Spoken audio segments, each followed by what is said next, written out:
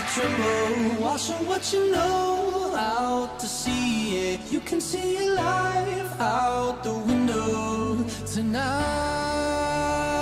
Welcome, ladies and gentlemen, to our continuing coverage of the high-res North American Tournament Series for SMITE.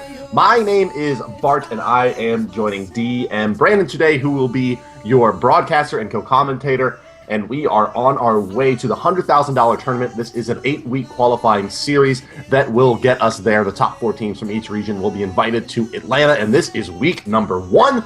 And, of course, let's go ahead and talk to DM. DM, is this your favorite Saturday? See, this is why I don't want to cast on Saturdays. It doesn't make any sense if it's on Saturdays, Bart. Why? Oh, because it's not a favorite Sunday? It's no. Oh.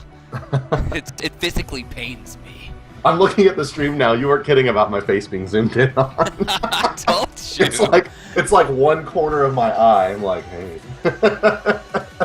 So, guys, like Bart said, this is week number 1 of an 8-week path to the 100K. Coming up at the end of March, along with the SMITE launch, we're going to have a pretty fantastic, gigantic $100,000 tournament. Actually, I think the minimum is $100,000, if I'm correct. Yes, that's right. So there is the kind of mechanic to increase the prize pool for your teams. We will be selling I believe it's Bath Time Poseidon skin. I think that's the one that won. Yeah. So no real, I guess, update on when that's going to be available. But that is the case that we'll be selling that skin, and proceeds from it will go towards the prize pool. I think about 50-50 split with the studio. So which is pretty good deal. Yeah, it's a pretty good deal. Hopefully we'll get that prize pool up to 150, 200K. 100 million. Or $100 million. $100 million. The first matchup today is going to feature the CogXX team, the all-female cognitive gaming North American team that has been putting in a lot of work recently, and they'll be going up against a newer team, Breaking News. Yeah, the Breaking News team, don't know that much about them, but I do know CogXX. I know definitely Ashley and well, some of the ladies have been around for a minute, actually. Basis, Bart. My God. Yeah, is it that was deep extrapolation from Ashbear that her name's probably Ashley, but yeah, it's Ashbear, Clumsy Blonde, and well, I guess Ashbear and Clumsy Blonde are probably the ones that would be the most notable. Wolfie Dearest as well plays quite a bit, I think.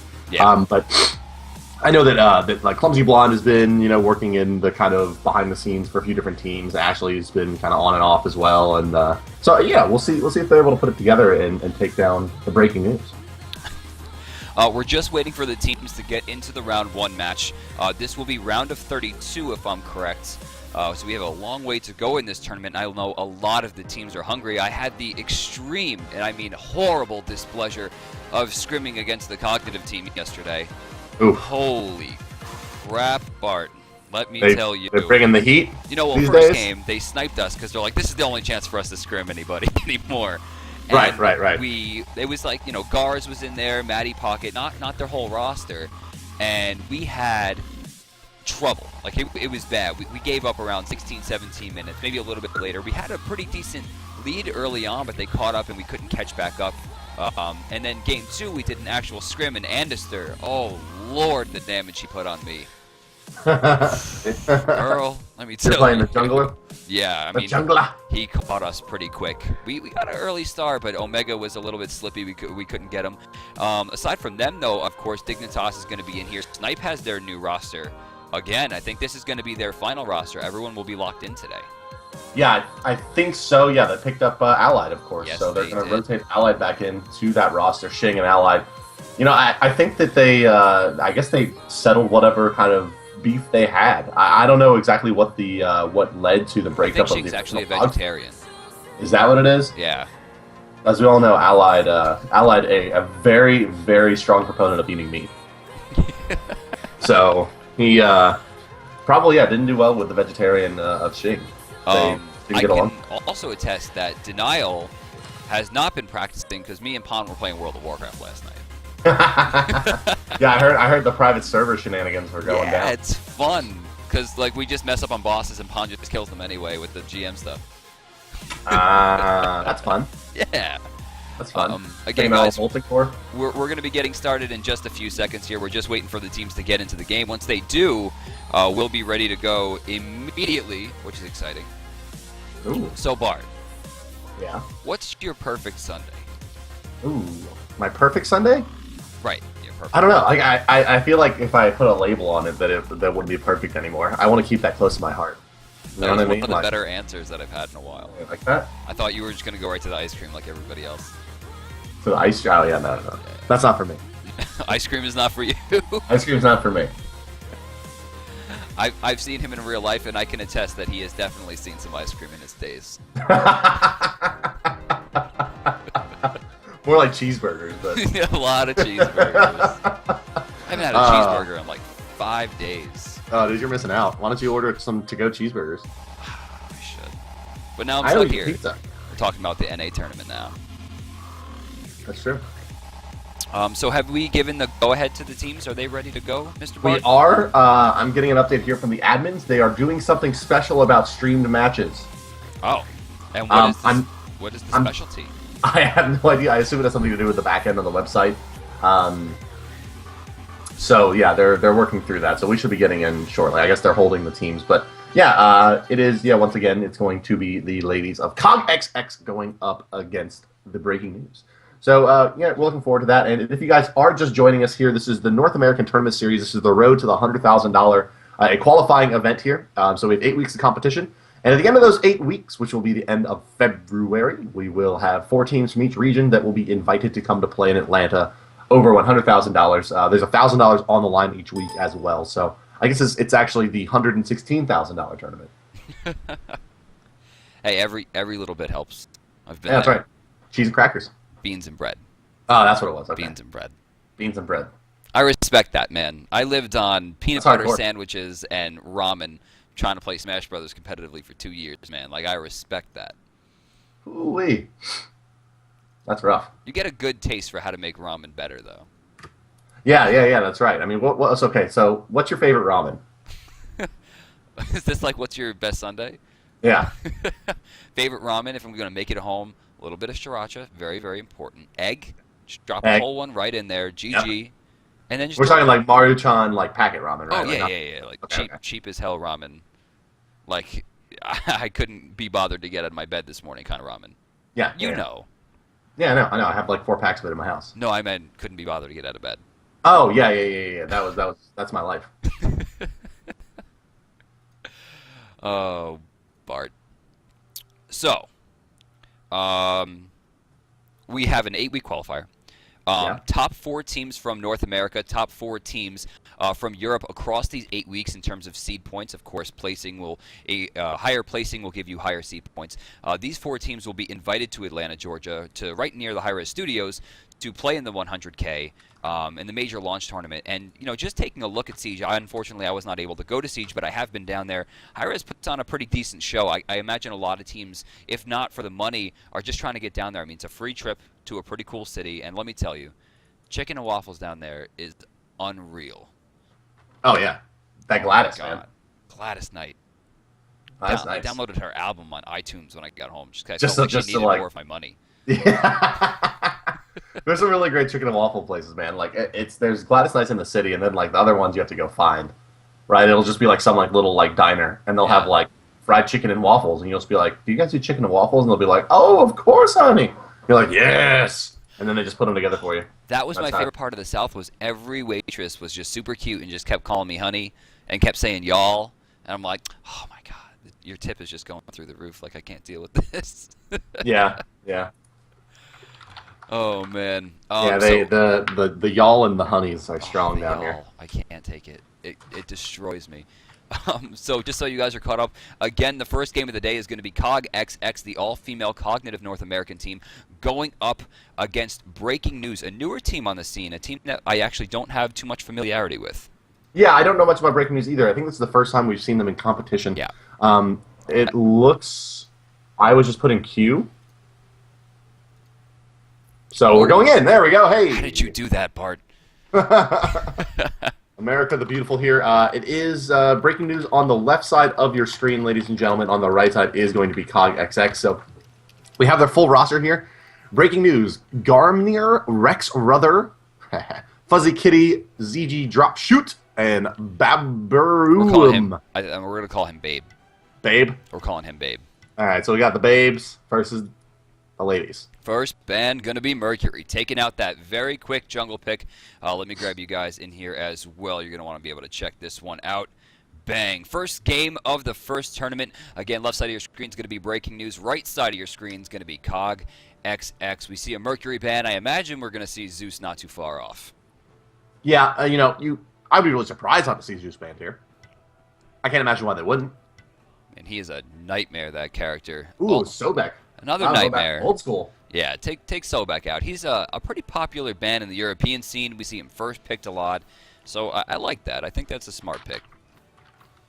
Yeah, Sobek does a lot and really can take over games. Like, it really, if you get a Sobek maybe a level ahead, especially in a dual lane situation, there's really no coming back from that. He's going to be able to zone you for basically the rest of the laning phase with a small advantage. He's just such a beast when it comes to that support role snowball. Almost like there's not really other supports that necessarily feel that way. I suppose Athena and Wukong probably in that Guardian role with decent farm can really take over your lane just with their base scalings as well. Similar to Sobek, but with the amount of disrupt that he brings is really unparalleled.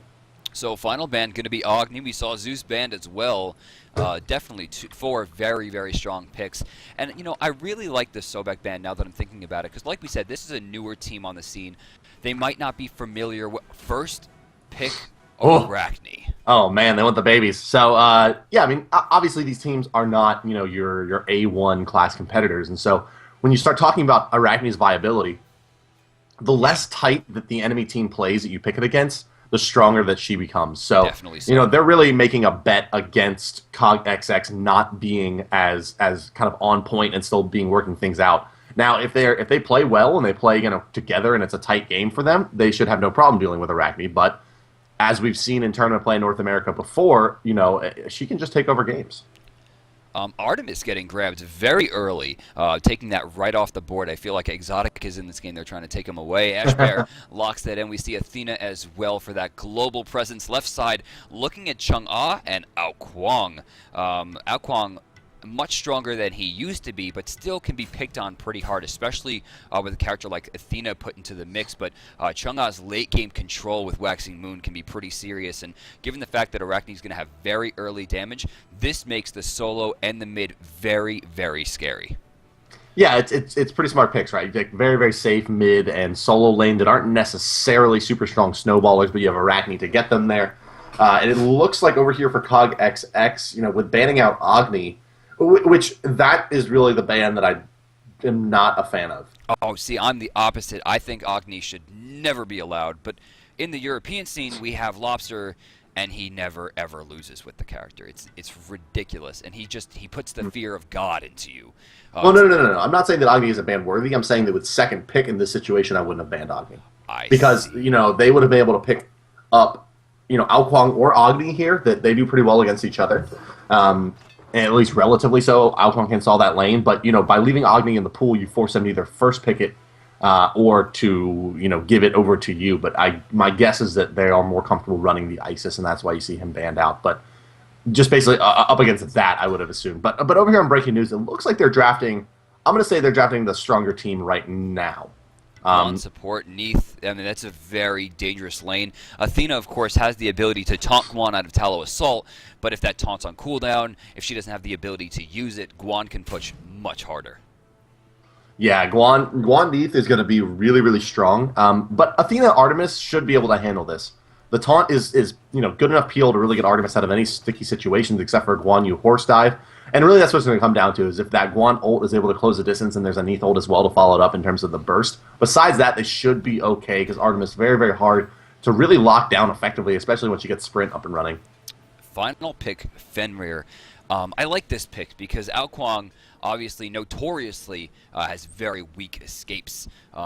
If he buys beads early, of course, he can get away from that Ragnarok pull, but aside from that, if he gets ganked, I mean, that's pretty much guaranteed first blood. Ao Kwang's going to have to be very, very conservative in his play. Guan Yu also a little bit of trouble getting away from Fen, but Chung, of course, has Waxing Moon and Invulnerability. Neath has Backflip, and Arachne can just turn around and jump right on the dog.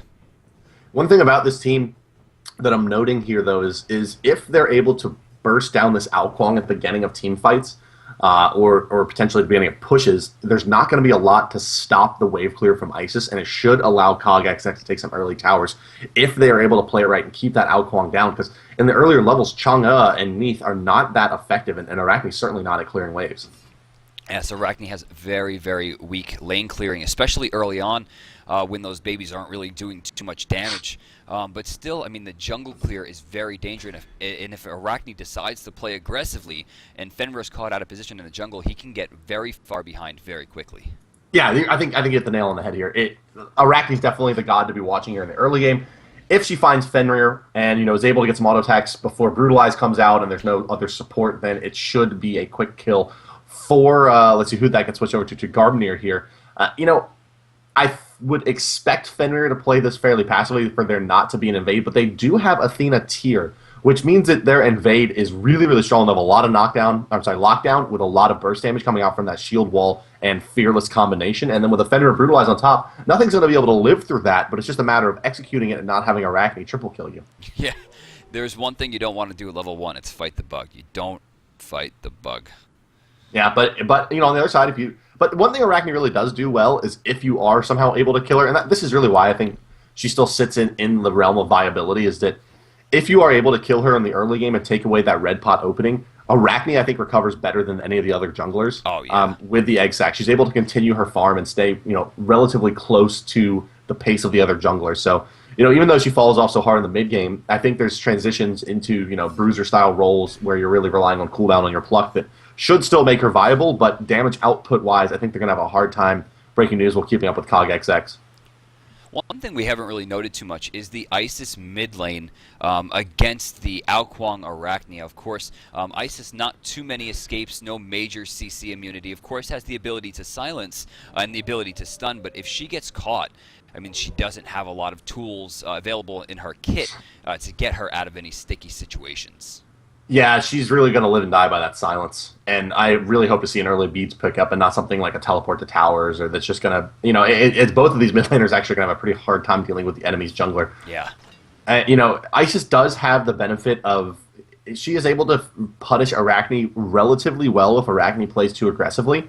So if she goes for the pluck and then tries to get a couple auto attacks in before the silence, Isis with snap reaction should be able to silence that out, potentially get away with the added run speed and wing gust, but I think that'll probably work once, and then Garbnir will, realize and he just go ahead and pop off that silence, and then obviously Ao Kuang brings a lot of damage to the table. It looks like we're going to be getting into the first game of the day here, guys. Again, breaking news versus COG XX.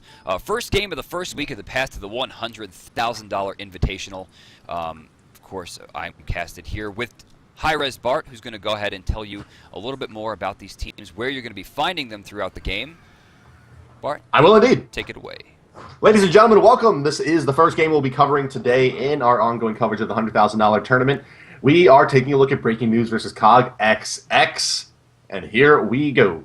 Breaking news, wearing the bruise tag, they're fighting out of the blue team, the bottom of your minimap, and the left side of your spectator UI. They are Rex Ruthers on that Neith. He'll be paired up with Babe Ruham on that Guan Yu and that dual lane. You'll have Garbnir, Arachne in the jungle, Fuzzy Kitty solo as Chang'e, and Drop Shoot as the mid lane Ao Kuang. And they will be fighting against COG XX, wearing the red trucks, fighting out of the top of the minimap. They are the right side team as well, and they will be Spinal Wolf as your jungler, Wolfie Dearest mid lane as Isis, Meow City and Ash Bear combining for that dual lane, Athena, Artemis, and it will be Tyr in the solo being played by Opal Pool. And it looks like we are underway. Not a lot of early, these teams aren't moving out in early aggression. Bart, my heart. Look at the wards. I love it. All I ask for in all of my rank game is please, everybody, just buy a ton of wards. It's all you need. And you can see they have already picked up. No pots on Wolfie Dearest actually opted for a ward as well. We have a ward on Ash Bear. We have a ward on Opal Pool, along with 5 monopots. They're going to get very aggressive, it feels like, with this. Or it could just be that they don't want to be invaded on by Arachne. Either way, I like the pickups. Yeah, I agree. Early warding, I mean, so this, what is it? They've invested now 75 3 times into these wards. And if they can avoid or can at least dodge the Arachne, gank attempts, I guess, they're in a really good spot. And here you can see Arachne's basically positioning. This is really curious, actually, that Arachne's going to go ahead and take mid camps with the team. instead of starting one of those starting either a backside XP camp or even a jungle camp with a buff. I'm a little bit confused by this. It's going to sure it improves their clear time, but ever since the weakness to the eggs, it looks like she's going to be using them just to, I guess, ward out the enemy side. At this point, I imagine that she was going to be going for the blue buff. Taking a look at her build, she did have Hand of the Gods. They used one already, so she would have had a steal opportunity. It looks like she's just going to help out here, pick up the red buff, and then I imagine scoop on over to the blue side. Fuzzy Kitty also. Oh, she left it. Oh, maybe it's going to Alquang. Seems so. I can't imagine why you would want to do that. I mean, Alquang doesn't necessarily need it. His wave clear is fine. He'd be much better off with a blue buff even if they were going to give him a buff here. But I don't know if I can agree with that decision. I mean, he's not going to be having trouble out-clearing Isis once they both hit about level 7. True, but at the same regard, unless Arachne gets super aggressive, he's also not going to have any trouble whatsoever clearing those camps. That's true. Maybe you should have went to Guan Yu. It could have worked on Guan. It could have worked on Chang'e even. With the rabbit able to feed mana pots. I mean, maybe get some control over this tier. That's not the easiest matchup in the world, but I don't know. It just seems like it's definitely an interesting opening here. And look at the build as well. The babies went onto Spinal Wolf there, gets very low, also took a Crescent Moon Dance for her trouble. Left side, aggression coming out from CogXS, continues their push back. A few shots, actually just gets a crit there onto Guan Yu. Ash Bear keeping control.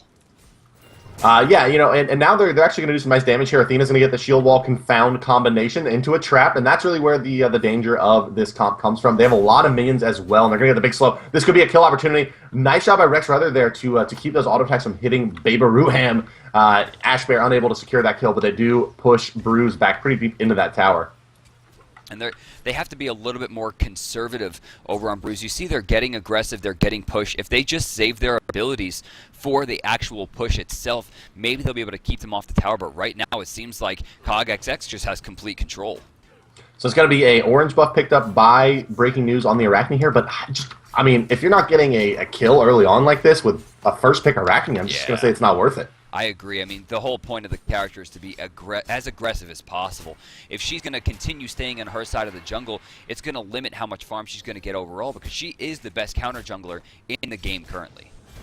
Yeah, that's right. And while Fenrir is very, very strong and certainly does have nice clear, he is susceptible in the early levels to Arachne's superior damage and CC with the Silence and Egg combination at 1-2. Where he will have likely the 1 and the 3, so he'll get basically 1 stun off and a Brutalize, where you can really heavily punish that at early levels, especially with a red pot as Arachne. But now that you've let Spinal Wolf here hit level 3, soon to be level 4, once he gets up to about that level 5, level 6, it's just not as easy of a matchup for Arachne anymore. That Ragnarok threat just too strong. Arachne going for a play here, not having that ultimate though, cannot make anything out of it. Just looking forward the flank straight up. Mid-camp's left side went to Wolfie Dearest on Isis. Right side was also going to go to Wolfie Dearest, but a nice squall coming out from Drop Shoot earned them that extra 90 gold, so he's not going to fall too far behind. Luckily for him, that would have been a major misstep had he let that one go. Now mid lane getting pushed. They're trying to get this into the tower before Wolfie is able to get back there. She picks up full boots. You can see Shoes of the Magi grabbed. She'll have some extra penetration, but no abilities just yet. Yeah, not just yet. Pushing pretty deep into the tower here. Fuzzy Kitty, Opal Pool, starting to get a bit low, but... Ooh, mid lane. Mid lane, yeah. The pull. Pull came out, but not enough follow-up damage there. It looks like that Alphon ultimate was not able to do enough damage there to Spinal Wolf. So it looks like Arachne's now going to try her hand over on the left side. Is spotted out by, let's see if that's a trap or a ward here. It looks like it was a ward, and a trap was cleared out as well. That ward, however, has just expired. Of course, we can see that, but the Arachne cannot, but... Still an opportunity there. Now Garmir going to move back to that mid side and take a chance at the left side XP camps. Looks like 1 was grabbed by the Isis, maybe a second now as well. So nice job by Wolfie Dearest on those mid camp controls. Yeah, that was a good rotation. I think one of them might have went to Arachne, but she definitely got one with the Spirit Ball, and it was really, really strong positioning. Fenrir is still a little bit farther behind, level 4 right now, having trouble catching up to that early pressure from Arachne, but continuing safely as possible I think is going to be his best bet, just avoiding that Arachne early game where that poison does a ridiculous amount of damage. Yeah, Fenrir definitely could step up the clear time here. Arachne's sitting about 60 XP per minute ahead. That's, roughly 3 minions. XP per minute ahead. So definitely clear times are going the way of Arachne. Still Spinal Wolf, taking those mid camps, not hitting level 5 yet.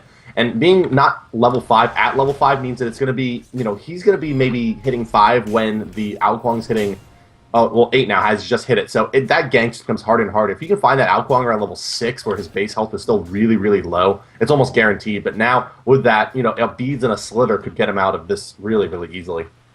Both teams are being super, and I mean super conservative right now.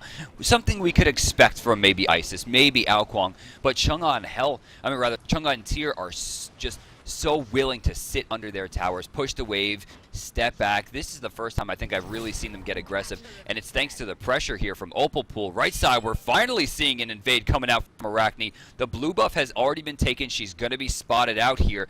Babies are going to get sent down. That's going to force Spinal Wolf to jump over the wall because there's no safe way out of there.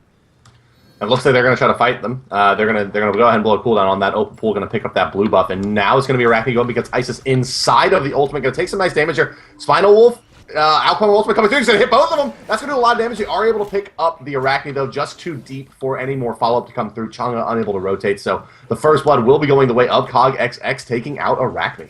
That honestly was a beautiful play from Meow City, giving her the extra defense that she needed to stay alive through the Arachne Poison, the Silence, the Neath ult, and then, of course, the Aokwang Spirit's Tempest was able to hit her at the end, too. And then finally, Circle of Protection goes off, heals her back up a little bit, enough to go back to mid lane and farm a little bit more. Yeah, and now I would like to see the dual lane over here for Cog XX get a little bit more aggressive. They do have, or rather they know that ultimate is down from Neath, which means that the burst damage potential for this team is really low. And here you are going to see it. The ultimate comes out from Guan Yu. He's going to eat the trap. It's just going to be dot damage as he was CC immune at the moment. But they do some nice damage. Really a pretty even trade. But I think probably going the way of breaking news there as they did not have to give up too much in terms of that Neath's farm potential. Yeah, I mean, that was a really strong counterplay. Very impressive. Arachne rotating over. They're going in for round 2. They're going to get spotted. Ashbear is going to be the target. She gets pulled. They have a chance here. This could be their turnaround. The poison is ticking. It's going to be enough. Garmnir puts himself on the board after dropping first blood. And the game is a little bit closer than it was. Yeah, and it's going to be a Heartseeker rush from Arachne. And man. I don't like that. I don't know about all that. I mean, that's a bad start to go Heartseeker Rush, I think. Yeah, I mean, it gives her the movement speed. I mean, movement speed is great. Extra damage, of course, always welcome. But she is a very squishy character. She has no escape mechanic. It's usually better to go a little bit tanky, but, I mean, if this is the way he knows how to play the god, I mean, right now it's working out. He did get himself a kill. Well, it just means that basically we should expect the Arachne to be 100% committing to all engagements. There should be no real kind of trying to move around or juke or find, maybe I can move out and pull someone back in. Like, when you go Heartseeker, I feel like it's an all-in every time as Arachne. Anytime you're engaging, if you're not getting a kill, you're dying. But other assassins like Bastet, she can jump out. You have Kali, who can heal herself back up to essentially full. Mercury, multiple escape mechanics. Arachne just kind of winds up in danger. After she kills her target, which most other assassins have that remedy, especially a character like Fenrir with his 7 billion jumps and turning into giant dogs. But now, I mean, she does have the damage potential. Jumping over, resetting the mid-camp. Spirit Arrow takes its toll. As you see, Wolfie Deer is getting sent back. This will be at least a free mid-camp going to Arachne. I'm surprised we don't see a hover on the wall here from Dropshoot. Left side, they know that the Neath ultimate will be down. Worldweaver has been used, so this will be Cog XX's chance to push back up here. It does look like Ashbear's boar is back up, so I think this would be a good opportunity for them to go for the kill. Yeah, similar to the last engagement attempt as well. We'll see if there's Hand of the Gods and whatnot to take down these minions quickly and go for that extra minion damage. But I also want to point out, Spinal Wolf just gives so much respect to Garmnir there. You saw Arachne make her way over to the right side XP camp, and Fenrir went through the wall, not wanting to even deal with her at this point in the game. 9 minutes and 20 seconds. If you are just joining us, the score is 1-1 in favor of no one as we're all square. Gold going a little bit the way of Cog XX with that first blood. Still very heavy ward coverage on the map all through this game, DM. Look at this. And that should be something we consider into the gold difference. We're not seeing a lot of ganks. Only one opportunity has really been shunned out. Coming, of course, breaking news onto Cog XX, but Cog XX is not using that vision effectively. A lot of the gold that they're using on these wards might be a little bit wasted if they're not going to use these wards to really control the map. They, of course, are controlling the Arachne, but Arachne's not really ganking enough to make it relevant. Yeah, I agree. I mean, 1-1-0 sitting here with a finished Heartseeker at 10 minutes with 4,700 gold farm just isn't doing it for me. The good news here is that Spinal Wolf is not really keeping pace very well, sitting at 4,500 gold. So Arachne does have the advantage over the enemy jungler, which I think is crucial towards her real viability into the mid game. But it looks like we have a Fenrir gank attempt being set up, but I think he's been spotted out by Dropshoot. Looks like they're going to tower dive for it. Ragnar coming out there, grab the Owl Claw, but what can they do with it as Arachne comes in as well? Stun used, not going to be able to keep them in the ultimate, and that means they're going to eat that Owl Claw. Ult, in comes that Neath, and that's going to keep Spinal Wolf under tower now. Meow City, the one taking a lot of damage, being pulled back in by Arachne. Nice play there. Arachne should be going down here. No silencing out the Wing Gust. Chana ultimate misses, but is cleaned up by the, what is that one? Moonflower Dance? Is that Crescent Moon Dance? Crescent Moon Dance. I always going to call that one Waxing Moon. But yeah, Crescent Moon Dance, able to secure that kill. So ultimately, it is a 3-for-1 trade in favor of Breaking News. They get the better of that by a lot. Oh, big time. Honestly, I really expected a pull coming out from Arachne earlier, trying to maybe pull Fenrir directly off the Ao Kuang. It was a risky play, and the way that she played it actually turned off greatly, considering they earned a 3-for-1, which, if you look at the scoreboard now, has actually put them in the lead by a ton. Yeah, that gives them the 300 gold advantage. Oh, wait, no. I'm sorry, 300. No, 300 gold still going the way of Cog XX, actually. The XP going the way by about 700 of Breaking News there. But yeah, you're right. Garnier could have looked to save the Ao Kuang and take the rescue play, but I think did end up making the right one. Although a slightly smaller play, still a good play. Oh, I mean, and any victory is a victory in this situation. Right side, we're seeing a pickup here of the mid camp. It's still no contest from Ao. He looks like he's kind of afraid of this. Level 14 now. We're seeing Wolfie Deer is stuck at level 13, so there's a small experience disparity. No babies being set up at the Gold Fury area, so I don't know if they're looking to get that too early. We should see a respawn of buffs coming in a few seconds. Actually, the entire top side is basically there except for the blue buff. No pressure there. Jungler still looking for more gank opportunities. And it's kind of a shame to see the one time that we've seen the Ragnarok come out didn't result in an instantaneous kill. He dived a little bit too hard. But at the same time, Dropshoot didn't learn his lesson. Still no beads. I think that I think that you're really looking at the issue there was the Isis play on that Ragnarok. Threw out the Spirit Ball before dropping the ultimate. I think the right play there is you put the ultimate down, wait for Ragnarok to end, and then Spirit Ball while in keeping them in the ultimate, build up that damage, and then detonate it for the big payoff. But unfortunately not the case. And as you mentioned, this top side is full of jungle camps, and it just seems like Spinal Wolf not quite as comfortable at jungling as maybe should be at this point. The rotations haven't really been that snappy. The jungle has been respawning without kind of immediate clears, and those ganks, we really haven't seen much pressure put on that Ao Kuang. As you mentioned, he doesn't even feel pressure enough at this point to get beads. It's hard to tell if that's a misplay by Dropshoot, but as of right now, I mean, the min-max is working out for him. He's going to get this Void Zone really early, and the only thing that's a little bit janky here is that it is going to be the teleport to towers in the mid lane, which is a really, really suspect pickup. We just saw a major play coming out here. I don't know if I like this or if I dislike it. 2 sets of babies put down. He uses Lawbringer to jump over the wall. He's not going to have that available to him. They get the pull here. Waxing Moon used as well, but he is able to escape. So Lawbringer, Waxing Moon, and of course Cocoon all on cooldown right now.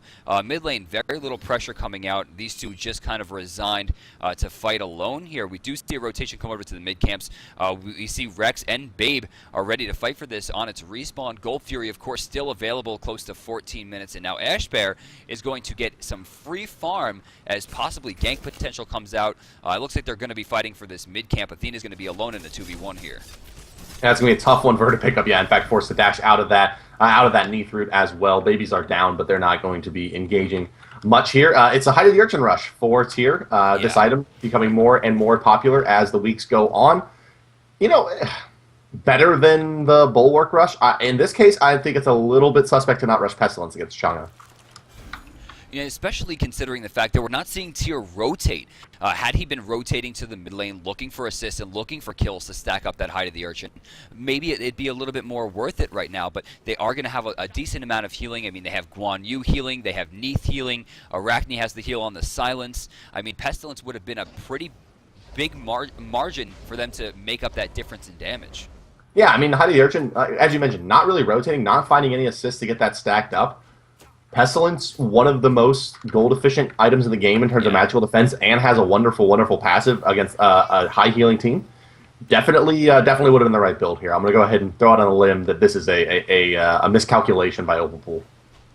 Then again, I mean, maybe he's scared of the Arachne ganks. Maybe he wants that extra physical protection to ensure that if he does get pulled, he's able to get out. Granted, we did just see him get ganked. He got pulled, he got Waxing Moon, and he did escape. Oh, yeah. Speaking of pulls, Drybear, we got the Squall off. They got the pull off. She's inside circle of protection. Athena's down. It doesn't look like Spirit's Tempest was going to be used on that one. But still, good pressure coming out. Smart play, but we've seen a very strong defense coming out from CogXX. I think that's the third or fourth pull that has been negated so far. Yeah, they're doing a really good job dealing with that. Drop Shoot going to be moving back as Spinal Wolf gets in a position to attempt a gank, but doesn't look like it's going to go through. Looks like there's going to be heavy rotations to the left side of the map, at least for the moment. CogXX pretty bunched up. You do have the babies. They're all going to be tripped as well, so Gardener has to sit back and watch all of his little broodlings go to waste. It's always a bad feeling as an Arachne player to see that happen. Yeah, oh, yeah. Man. You almost had it. One more egg probably wouldn't have been able to go in there, but it was spotted out. So, yeah, I mean, I think that Hide of the Urchin, you're right, but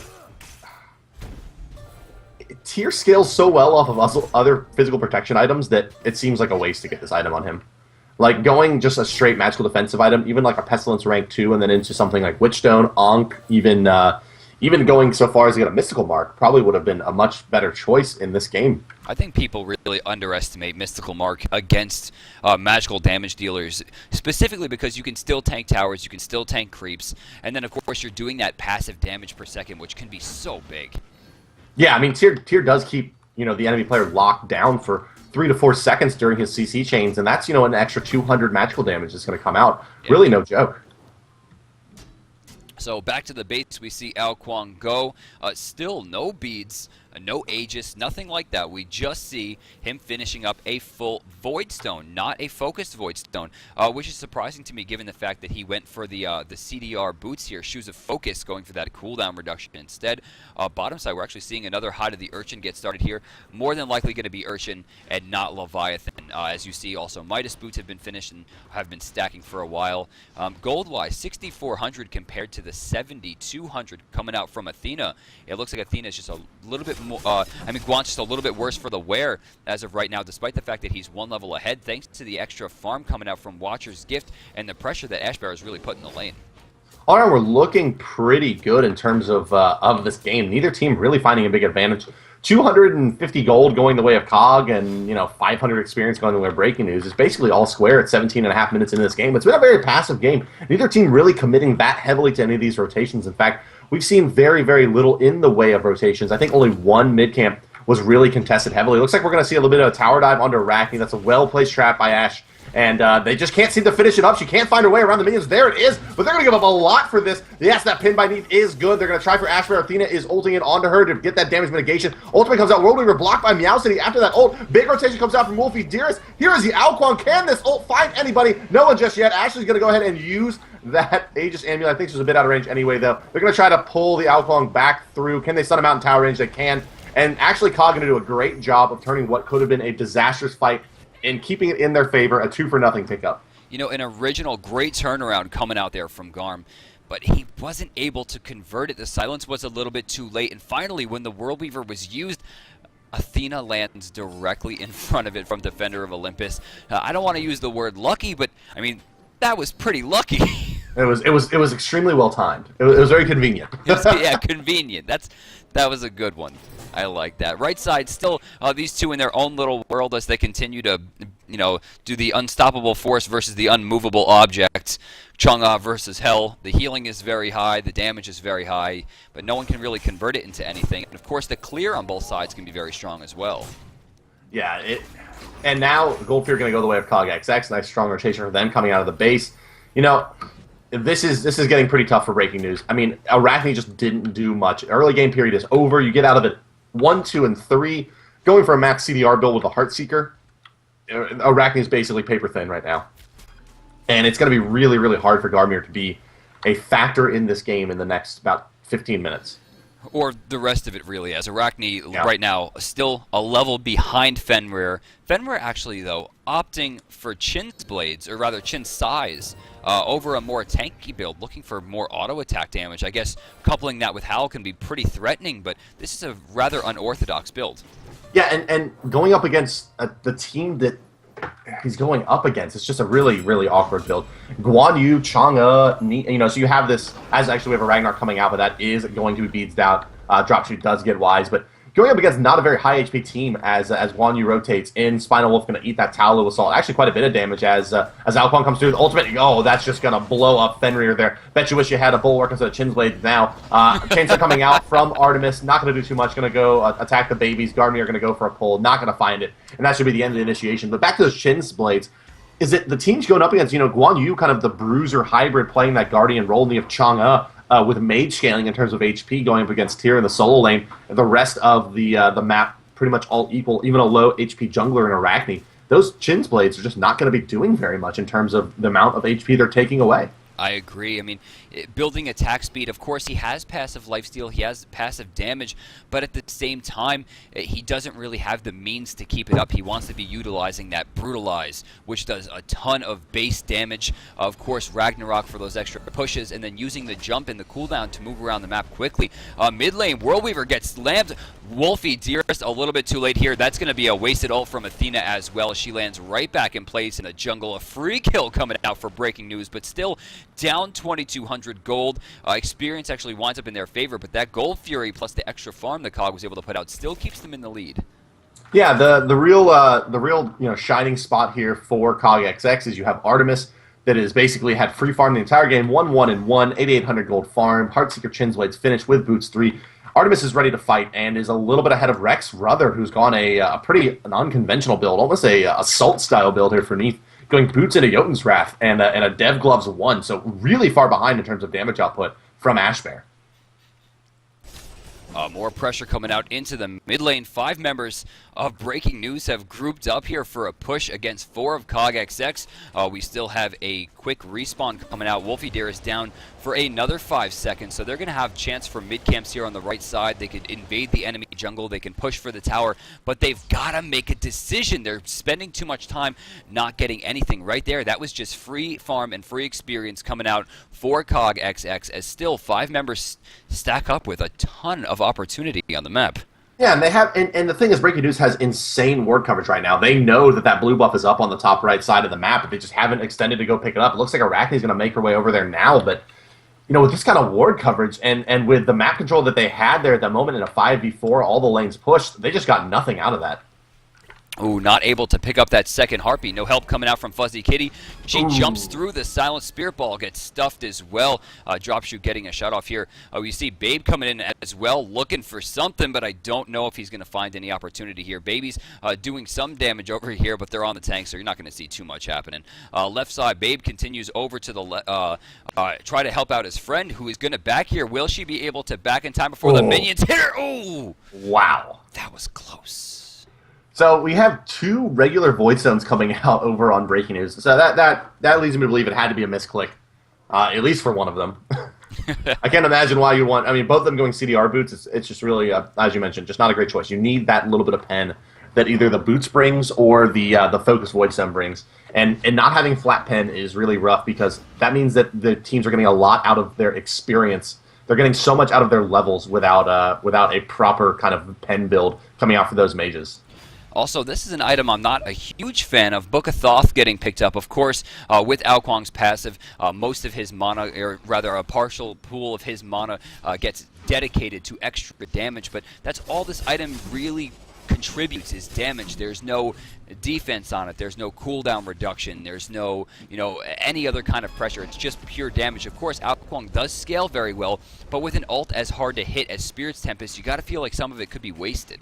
Oh, Spinal Wolf is going to go ahead and dive that tower. They are going to be able to pick it up, but, could have potentially had that turned around. That Ao Kuang Squall did so much damage. Right side tower going to fall for Garnier and Fuzzy Kitty as well. Opal unable to hold them off on the tier. So a tower for each team going down mid lane as well, fitting to fall for COG XX. Oh, but they are busy taking a Gold Fury. Rather, Bart, not Dry Bear. You are not Dry Bear. I am not Dry Bear. Bart, we do not see a hand 3 coming out from Breaking News. This is a guaranteed Gold Fury for COG XX unless they manage to kill Meow before. They don't. They do get a kill afterwards. Pressure coming out into Wolfie Dearest. Does he have the pull? He does, but she manages to use CC immunity. Great Spirit Arrow coming out in the back end. Nowhere to go at this point. They do pick it up. A 3-for-0. as they do wind up picking up Spinal Wolf as well, and now they're going to have pressure into a Tier 2 tower. You see Opalpool here looking for something, some kind of defense. He is tier, he is big, level 19, but he doesn't have the pressure against 5 people. Oh, he's dead now. Look at the pull. Just came off cooldown. Lawbringer's going to be good. Backflips the other way for some pressure with those weaves. He's going to be forced out. Spinal Wolf respawns, but 2 towers for a Gold Fury and 3 kills. I'm going to give that one to Breaking News. Fire Giant should be the play. Let's see if they go for it here. I think that it's a pretty easy conversion. Oh, no, they don't have Hog 3. You mentioned that earlier. Yeah. No, they can't take it here. And that's, if you're watching from home, yes, go ahead and learn that lesson for your own play. No Hog 3 there means they don't get Fire Giant. Hog 3, 8 minutes. Yeah. 8 really, minutes. Really, and even if you're not hitting aggressive kind of, big, well-coordinated team timings, you should be buying a Hog 3 before your team wants to take the Gold Fury. Right, because if you don't, whatever the pace of the game is, if you're in a pub game, make sure that you have that up and running if you're playing support, because if you don't, you run into the situation like this. Cret actually pointed out to me last week, and something I've never considered. Hog 2 gives you the 10% execute, right? That 10% actually doesn't apply to the Gold Fury until roughly 14 minutes in. What do you mean? Like that it's more than 480? Right. Right. She actually doesn't get that execute rage until like 14 minutes into the game. So level 2 Hand of the Gods is effectively useless until 15 minutes into the game about. Otherwise, you want to get that Hand 3 as early as possible because 25 execute's very big. Yeah, I mean, it's huge. And there's not abilities in the game that are dealing 25% of the objective's health. So it pretty much guarantees you can get it. It's just such a trump card if the enemy team doesn't have it. So as you can see here, that's really what has kept CogXX in this game. They have 4,700 experience advantage gold. It's all square, basically. They did have a pretty significant lead after those Gold Furies, but now without any conversion from Breaking News, they haven't really broken this game open after a massive push that netted them 2 towers and 3 kills. It's funny because we have been mentioning on and off about how Arachne's late game isn't going to bring her into this as much as she needs to be. But at the same time, I mean, she was a large contributor to that last fight, not only in damage, but control. We're going to see a team fight at the Fire Giant. Defender of Olympus is down as she used it to rotate over. Ashbear looking for a chance to come in from the side here. Fire Giant now getting pressured by CogXX, but they're forced out by the children of Arachne as she rotates over to the right side to put more babies down to keep the pressure off to the right side of the Fire Giant. It seems like both teams know that this is a major contention point. This can turn the game in either team's favor at this point. The winner of this fight actually might wind up taking that's a big confound. A lot of damage coming out. Ragnarok going to pick them up, and they are going to eat a lot here. Alcor Wolf comes through, but it doesn't hit Wolfie Dearest. Aegis out. Still, this fight not going that bad so far for Breaking News. It's just a real cluster here. No one down for CogXX. They're going to force Spinal Wolf out. They're going to find Babe as well, and that is going to be a 4-man wipe. That got ugly quick. That pressure that came out from Meow City, that was A1 level, like I'm talking invitational level play right there. Her positioning was perfect. Ao Kuang has no pressure here, and they haven't lost anybody. Full team going to be getting the Fire Giant on this one. Meow City just waiting to get in there to finish it up as we see Opalpool taking it. Hand of the Gods, that's going to be it. CogXX takes the Fire Giant 28 minutes in, and they have the pressure to really put Breaking News on the ropes. These builds, man, these Breaking News, their builds are just losing them the game right now. That's what it comes down to. They're playing fine. Their execution has been, as good as you can expect from any team. Not in the top, 10 teams in the world right now. But these builds, man, max CDR build for Neath with Devo's gloves, just not putting out damage at all in these team fights. Max CDR build onto Arachne with in-hand damage, not getting much done in the way of total team fight damage. Cooldown boots with no pen, not doing very much for Fizzy Kitty or drop shoot. Altogether, they are missing out on hundreds and hundreds of damage through, just itemization choices. I mean, Neath going for that old, let's Spirit Hour everything all the time kind of build. And honestly, in this situation, it's not going to work. There's too much pressure. And given the fact that Hydra's is super expensive and hard to apply as a carry properly, I don't really see this paying off. Right now, still 5 under cap. Once she finishes, she's actually going to be over capped. And that's just a shame. Yeah, you're looking at 133 physical power contributed from items for Neath. Artemis, of course, Fire Giant buff as well, was hitting at 215, which means that every single one of those auto attacks is basically double what Neath's going to be putting out. Even with the Hydra's Lament procs that are suspect at best. I mean, this is just so hard to deal with if you're breaking news. Left side, Gold Fury being pressured again by Cog. Finally, we see Hand of the Gods 3 being picked up by Babe, but if they pressure here against a Fire Giant team, I can't imagine it's going to end well. Drop shoot already taking a lot of health, but great heal coming out. Conviction with that passive, making sure. Oh, right side, Wolfie Tears gets pulled through the wall, but she gets Ragnaroked. Gold Fury gets reset. She's going to get picked off. Cog has it on the ropes here. Wolfie Deer is getting pretty low, but I don't know if they're going to have the pressure. Lawbringer in. Fuzzy Kitty has nowhere to go. Big pickup. 2 members already down. Nice ultimate coming out, but no damage coming from Ao Kwang. And it's just, Babe also getting a taunted back in, but they're going to fall back with that Fire Giant buff, pick up the Gold Fury here. I want to take a look at the player damage stat here. 19,000 player damage coming out from Ash Bear on the Artemis here. Looking at 11,000 coming out from Neath, and 8,000 more damage has come out in these team fights from the Artemis, who does not have anywhere near the AoE presence that Neath has, and that is really indicative of how much better this matchup is going for COG XX. Meow City's confounds are unbelievably good. Every time she confounds, every taunt that comes out is flawless. I mean, even if her team doesn't follow up, her positioning has been absolutely insane throughout this game, and it's been a large contributor to almost every single team fight. The rotations have been great. For those of you who are going up against them in the final rounds, I would say first ban Athena, no thought necessary. Yeah, Athena definitely has been a very big factor in this game for COG XX, and really Athena just such a big factor why she has been ban-worthy in a lot of situations. Ooh, Fizzy Kitty gonna port into this tower. That is going to be very ugly. They're not able to convert that lockdown, but COG XX picks up yet another tower, and now they're sitting on a commanding gold lead, 6,700 gold, 5,500 experience with a Fire Giant buff. They're going to have that for another 40 seconds, and they're going to be able to roll in and start taking down these tier 2s. Look at this. They're just taking the blue buff, adding major insult to injury as they continue their pressure. Taking a look at the scoreboard right now, we are 9-10 in favor of COG XX. Of course, they are also up almost 7,000 gold, 5,700 experience. And they still have the Fire Giant for another 20 seconds, so maybe they back off here, regroup, spend some of that gold in hand right now. Wolfie sitting on 1,800, Opal has 1,800, Ash Bear has 2,000. I mean, they have the ability to really make something happen here. And as they rotate back and start picking up items, you see Ash Bear selling off that initial starter item, that Death Toll, picking up level 1 Deathbringer, finishing her Rage up. The beads are done, Aegis Amulet's done. And you compare that across the board to Neath, who is working on Hydras and has Sprint. I mean, I'd be much more afraid of Artemis at this point. Yeah, Artemis is going to be able to really 100-0 you with a Boar in a trap combination. If you don't have beads or a leap yourself, she's going to be able to tear through pretty much anyone on the map. Fizzy Kitty going to be picking up a Celpius. And this is really where that's just such a bad item for Chang'e. There's really no way about it. You know, she just doesn't bring much in the way of healing. And to go invest that much into an item that you're paying a lot for health and movement speed, it does have nice magical power on it, but as we mentioned earlier, you know, it's a fairly high healing team. Arachne with some early game heals, Neath with some early to mid game heals, Guan Yu's heal scales pretty well, and Chang'e, you know, it is a 74 healer team, but man, they need damage so bad. I don't like the double Void Stone here. This seems like a major miscommunication. Not one person missing out on a ton of extra penetration. It should be considered that this aura will only stack one time, meaning it's effectively wasted. They're missing 25 pen on this team, guaranteed.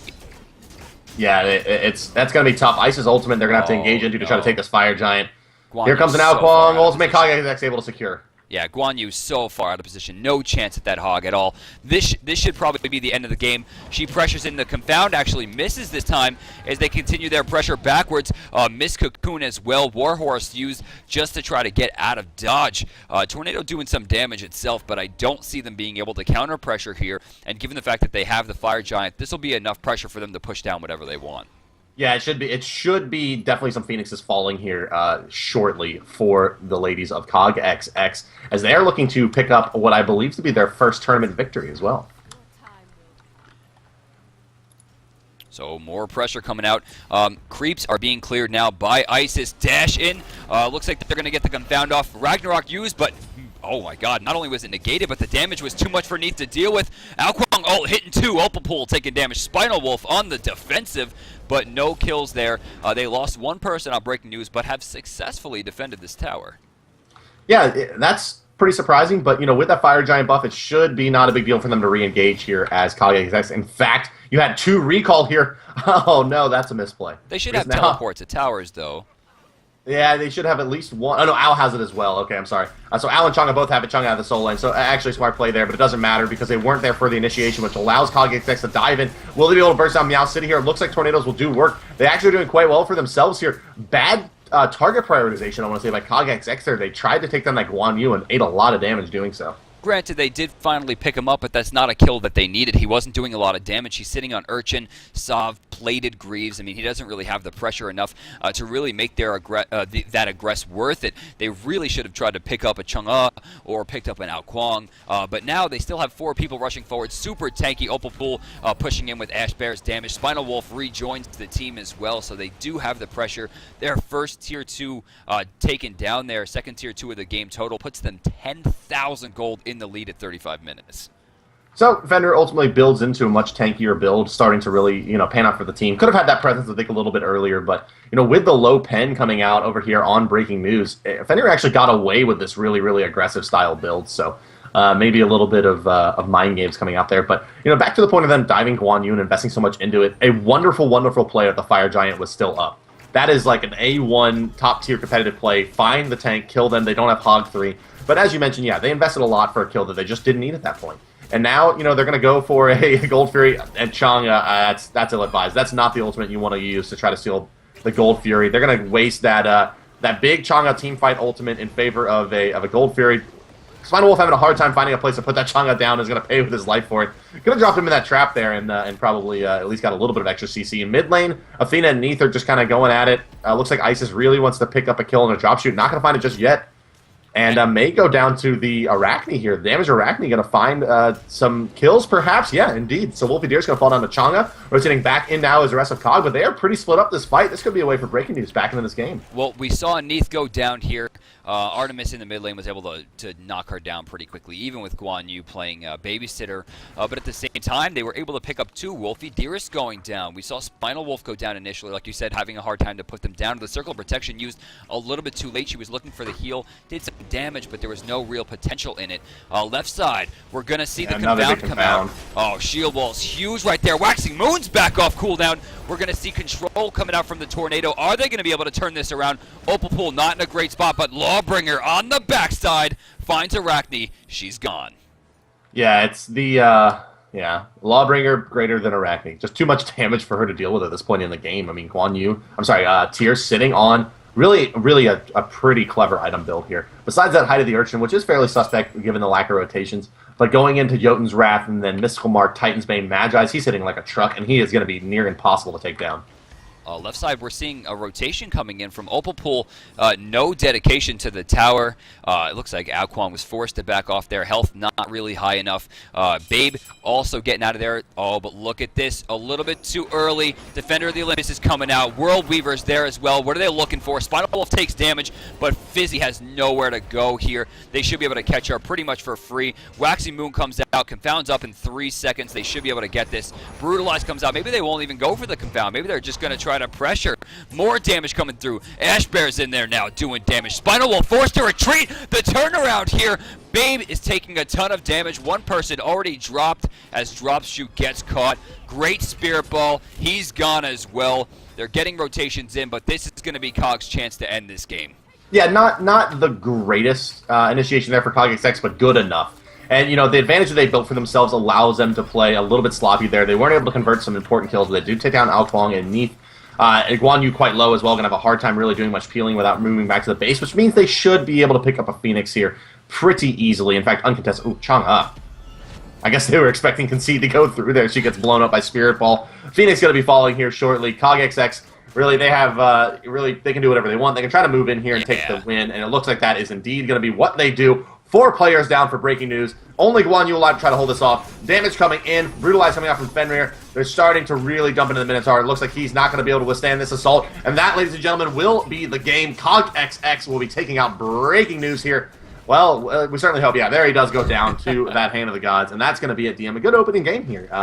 CogXX played pretty well. That's true, and that begins their path on the road to the $100,000 Invitational. Of course, the top 4 seeds at the end of this series across the next 8 weeks are going to be invited to Atlanta, Georgia to compete for $100,000 in prizes and all kinds of cash and visits with Bart and his face, which we'll you can have all the in a little things. bit. Yeah, and I'm gonna go ahead and justify myself completely up against my desk here so that my entire face isn't cut off. Before we do that, taking a look at the damage, Top Honors actually looks like it's going to drop shoot.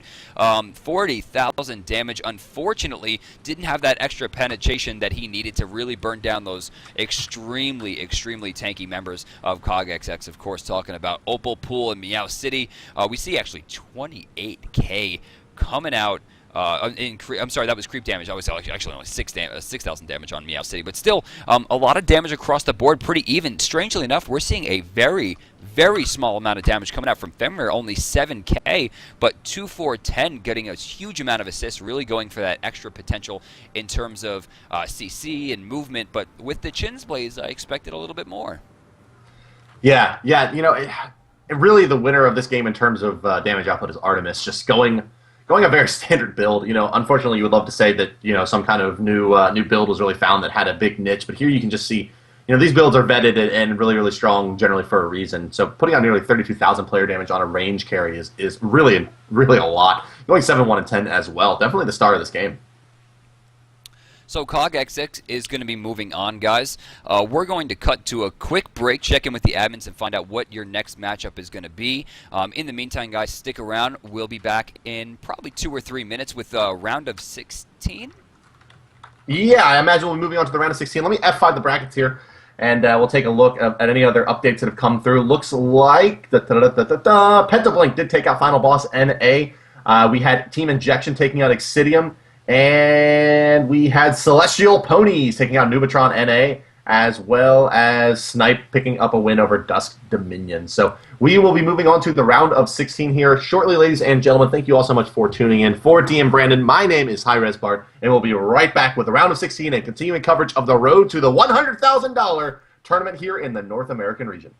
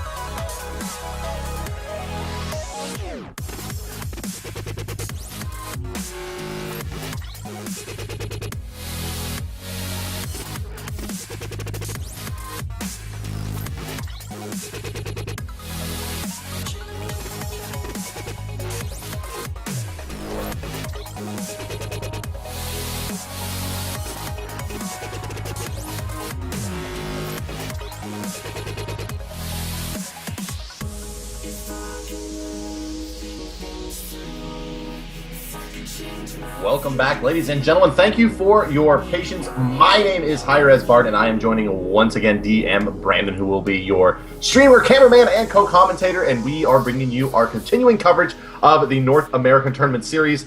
These next 8 weeks are the qualifiers and road to the $100,000 LAN event in Atlanta. But without any further ado, let's bring back Brandon. Brandon, what'd you think about those last games? I thought you were going to ask me about my Sundays. No, I could care less. You could care less? Wonderful. I could. Well, then my perfect Sunday. I care a little bit. Enough.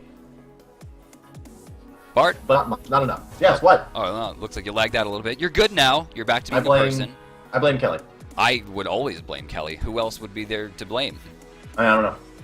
Terrible. Well, luckily, I haven't had to think about that in a few months. So, but we are going to be moving on to game number 2, sir, and right. It's going to be the fine gentleman here of Excess Omnicide going up against Pentablink.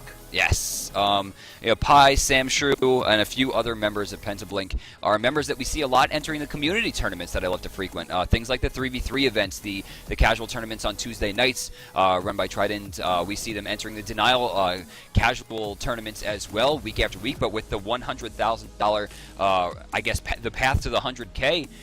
They want those seed points. They want that invitational chance, and this is going to be their first chance. They're already 1 win up, and they're going to have a chance to go through round 2 right here, but they have to get through Excess. Yeah, they will. And so Excess came off the bye. Pentablink went through Final Boss NA. Final Boss, another team that we've seen come in and out of the tournament series in between kind of the casual tournaments and the competitive tournament series. And unfortunately did not make it out of the first round this week, but it does yield Pentablink going up against Excess Omnicide, who actually looks like they picked up the 4th place seed here. Of course, it's all random in the first week, so congrats to them. But we should be getting underway here shortly, guys, with that game. Just waiting on the admins to get everything ready to go. So, we can talk a little bit about that last game, I guess, some more. We saw the ladies of COG XX go on. They're going to be facing up against Denial in this round, and I imagine that's going to be a little bit of a tougher matchup for them. Yeah, but, I mean, I think Meow City has maybe changed my mind about this team. Whenever I see teams of all girls or teams of all kids under 12 or anyone who's trying to fit into a specific demographic, it seems like they're more trying to fit themselves into the shirt than actually wear the shirt as a jersey. But honestly, after that last game, I think there are a few people out there who could attest that this team doesn't mean to do well. I mean, Meow City, I have never heard her name before, and she played unbelievably well. Yeah, that duo lane looked really, really tight. I agree. There was definitely some room for improvement on both of the teams, of course. Their first week really competing. COG XX has been, I think, in 2 or 3 tournaments as well. Sure. Prior to this, I think that it was the first week that I had seen breaking news. But, definitely some things to tighten up. I mean, I think the jungle for both teams is a little bit slow and didn't necessarily play to the strong suits of that jungler. The Arachne pick was really building like a late game hard carry, and Arachne definitely is not that. Whereas where Fenrir going maybe a build that was a little bit outdated, that kind of Chins Blades rush into late side defensive items. I think Fenrir a little bit stronger with those early defensive items. You know, but I go back over the footage, you know, I'm thinking about the plays. You know, Wolfie Dearest had amazing defense in the mid lane, especially with a character who is not very defensive at all. But then I can't get over it. Meow City's confounds time after time. We're just winning team fights. The rotations coming out from Defender of Olympus were raining down perfectly. Not to mention the one time she did it, and whether it was luck or convenience or skill landing directly in front of the World Weaver, it seems every play was just mitigated, controlled, and aggressed by this Athena.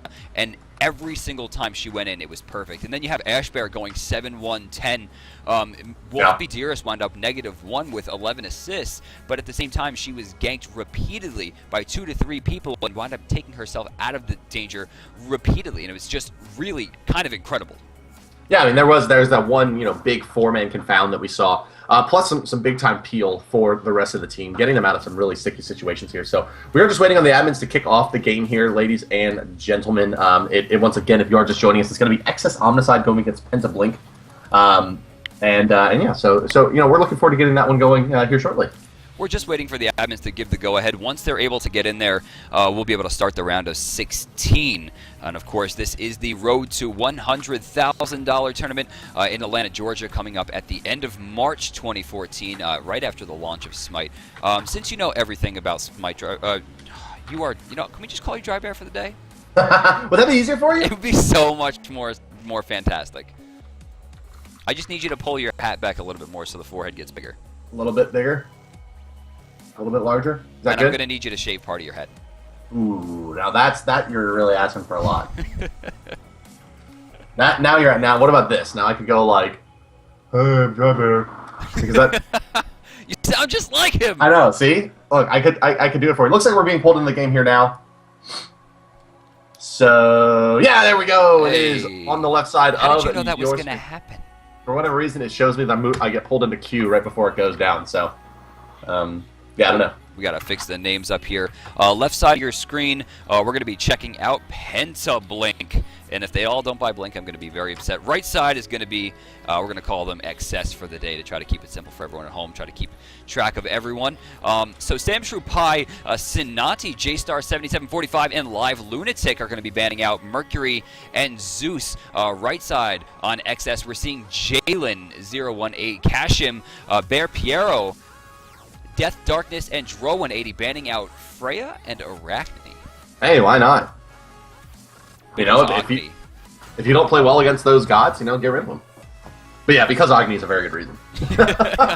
You know, this is the second time that we've seen the first pick opt to ban the 2 top tiers and not try to force the opponent into it and maybe go for the pick.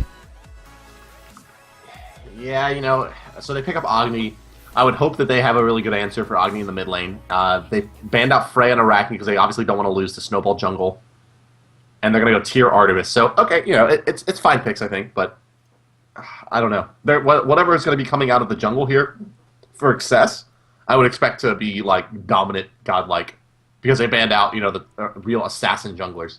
Yeah, right. I mean, well, right off the bat, we do see Tyr picked up. Tyr, of course, having a little bit of trouble with Freya's massive burst damage and control, being able to catch up to the Fearless with that banish. And then, of course, Valkyrie's discretion to chase pretty much everything. Artemis getting grabbed as well, a character notable for not having too many escapes as a hunter compared to that of maybe On Her, Neith with the backflip, of course, Apollo with his 7 different escape mechanics. And that's a good pickup. But Thor's still on the table, and that's who they're going to grab along with Athena with that global presence. And right side, it looks like Tyr will be going to the solo as they start hovering on Thanatos. That's a good reason to ban out other assassins. Thanatos does quite well, but doesn't do very well against other assassins, it seems like. He just is so flimsy. You know, he can do a lot of damage as long as he's not being focused down, and someone like a Freya or even an Arachne could just kind of, you know, single him out during a fight and make him a non-issue. So pretty decent bans, you know, to go and try to pick that Thanatos, but I mean, Thor is just as effective as either of those 2 gods at keeping him out of fights. Isis getting hovered on as well. The second game that we're going to see Isis, we're looking for most likely a solo laner over on the left side and a hunter. Actually going to change from Isis to Halbois. So, yeah, I mean, what that matchup in the mid lane, Habwa versus Agni or Isis versus Agni, it's really not a big difference. In fact, I probably favor the Isis, I would say, just because, I mean, Hiba's just going to be getting crushed by Thor. Isis at least can, silence out his Berserker Barrage. In fact, now thinking about it, and assuming that they pick Guan Yu here, Isis would have been a wonderful pick. Silence does a lot against those channeled abilities, but with an Athena, rotating Athena, Thor and Neith, semi-global ultimates there, one global and semi-global, Hibo's going to be in a lot of trouble. But then again, if they're able to get to endgame, ooh, boy. Yeah, that's right. If Penta doesn't win by about maybe 35 to 40 minutes, you're... Don't. Hades? Why do you do this? Hades notoriously worst in the game currently, has very little use. Of course, some people like to favor him in the solo lane thanks to the clear and the push potential against characters like Guan Yu and Sun Wukong. But at the same time, using him as a support, I mean, he will have the silence against Guan Yu. Actually, no, Guan Yu is their solo laner. Athena is their support, most likely. So this means things. Yeah. Oof. I don't know about this. Yeah, and it just doesn't make a lot of sense. Is what it comes down to, right? You pick 4 like late game characters, Tyr doing some strong viability through the mid game. Thanatos definitely requires early game start, but definitely brings it to the late game with a vengeance. Artemis, of course, hits late game timings like Hebo. Just it doesn't really matter how you did the rest of the game. About 50 minutes, you're gonna kill everything. And then you have Hades, who is like a support control guy that hits like late early game, early mid game timings really strong, and then after that is pretty much about 500 damage in any team fight from his ultimate being channeled and hitting someone for 2 ticks. So yeah, maybe Isis would have been the much better choice here. The silence would have done wonders for them, and then to pick Hades to get the silence and stop those stuns or those channeled abilities just seems like very big. A little bit of a misplay. Definitely a mispick. I like the shirts versus skins thing that we have going on right now. Yeah, it's pretty good. Base skin's going up against Artemis, of course. Artemis and Hebo going to be ruining that in terms of the base skin. But yeah, I like the blue and gold set from Penta here. Yeah. So Bart, you haven't gotten the Habwa into the vocabulary yet. We're working. I just don't want to say Habwa. Habwa. We could. We are assuming here. It could be Tyr Artemis dual lane, and then the Hades going solo or mid lane, and Hebo jungling and Thanatos solo or something crazy like that. They could try to switch it up. You're right, but given the fact that they banned out Thanatos' 2 worst matchups, I have to imagine that he's going to be in the jungle. Yeah, you would certainly hope. I mean, have you ever tried to fight Arachne's Thanatos? It is a nightmare. Oh yeah, it's really rough. Oh my god, it's really rough. You can actually counter her. If you notice she's going to silence, if you use your silence as Thanatos right as Arachne uses Drain Life, you will actually knock her right off you. Right, yeah. The slight delay on that will allow that to happen. But actually, Bart, I have a question. Sure. Vulcan and Chalk. Okay. Are they banned this week? Vulcan, no. Chalk, yes. Chalk is still banned. Yes. Because he's OP. Chalk is banned because he's quite strong. Good. Well, no, he's not banned. He's not banned, and it really doesn't have anything to do with his strength. It has to do with the fact that normally when we release gods, you wait until the next one. You wait until the next one, or until there's been like a significant patch, some kind of, and really there just hasn't been any kind of balance patches since Shock was released. So it just doesn't seem like it would be really in the tournament. How about that ultimate? Spirit of tournament. It's pretty good. That ultimate. Oof. Yeah. I mean, damage immunity, quite strong. Gives me nightmares. And a massive silence as well. Can really do work. Yeah, nightmares. Still have nightmares. Yeah, blinking, throwing the axe, blinking on top of it, and then ulting is legit. It's a nightmare. I love it. So again, guys, we do have a Hades in the matchup. This might be the only Hades that we're going to see in this tournament, and I'm sure the members of Pentablink are excited about this one. But Dro might have something in store for us that maybe we're not ready for. Yeah, we'll see. We'll see exactly what's going to go down here as we get pulled into the game. Ladies and gentlemen, welcome to the second game that we'll be covering today. It is Penta going up against Excess, and it's going to be a good one. Let's go ahead and introduce our teams. The blue team, fighting out of the bottom of the minimap in the left side of your spectator UI. They are Team Pentablink, Sinati, Pi561, JStar7745, Samstrew, and Live Lunatic. And they will be going up against Excess Omnicide. They are Kashim, Bear Piero, Yaleno, 18, Dro, and Death Darkness. And It's really too hard to call where those positions are going to be, but we would expect to see Jungle Thor out here from Penta with a Guan Yu solo, Agni in the mid lane, and then Neith and Athena pairing up for the duo. And then over on Team XS Omnicide, we'd expect to see the dual lane of Artemis and Hades, with Hebo in the mid, Thanatos in the jungle, and Tyr in the solo. But we'll see how it all shakes out in just one moment. Dro has not left the base yet. He's still picking up his items here. I have Providence getting grabbed. It looks like he's going directly into Greaves. I don't know what he's going to be looking for in the early game. That's going to strip him pretty quickly. He's going to have to be careful. And it looks like he's going into potions. Is he not picking up hand? Hey. I don't know, man. No hand. They do have one on Tyr and Thanatos, but the typical kind of opening would be 3 hands for the team. Right. Hey, it's gonna be tough. So all 5 members grouping up in Pentablink now starting to spread out and look for opportunities here. It looks like everything on Pentablink pretty standard. Live Lunatic going into Mark of the Vanguard pretty early to try to deal with that extra damage. Of course, Eye of Providence and Hand of the Gods. Sam Shrew going to the normal carry start, which we're seeing Death Toll into Tabby 1. More than likely be rushing Heartseeker after that. J-Star, normal mid start, seeing Vampiric Shroud into Shoes. Pi doing the triple start for the junglers. That's, of course, Bumba's Mask, Hand of the Gods. Oh, I don't like this start. I'm a huge, I don't like the 5-man rush. It puts the duo lane way too far behind. And check this out. They were standing on a ward the whole time. They might be able to earn some extra farm here from the jungle. Really, it's the job right now of XS to get to their lanes and continue farming. But they're going to fight it in the beginning.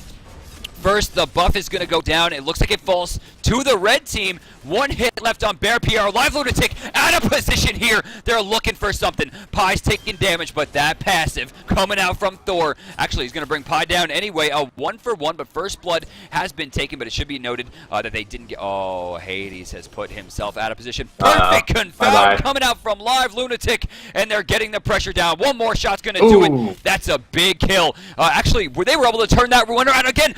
Oh, and there goes the jungler. Hebo's back. And now they're trying to pressure again. Great spirit out, puts him on the defensive. She'll be able to turn around.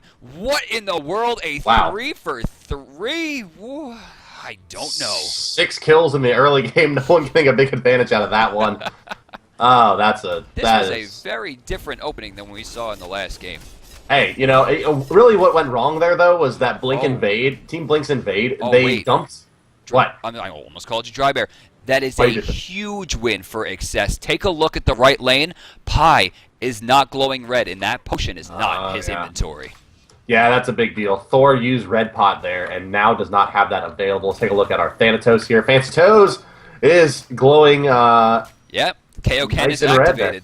Yeah, he is. So he is good to go. And so that is going to definitely increase the Thanatos' clear time over the Tyr. However, Thanatos, suspect to open Death's Toll and Hand. I think the boots is a little bit stronger for him.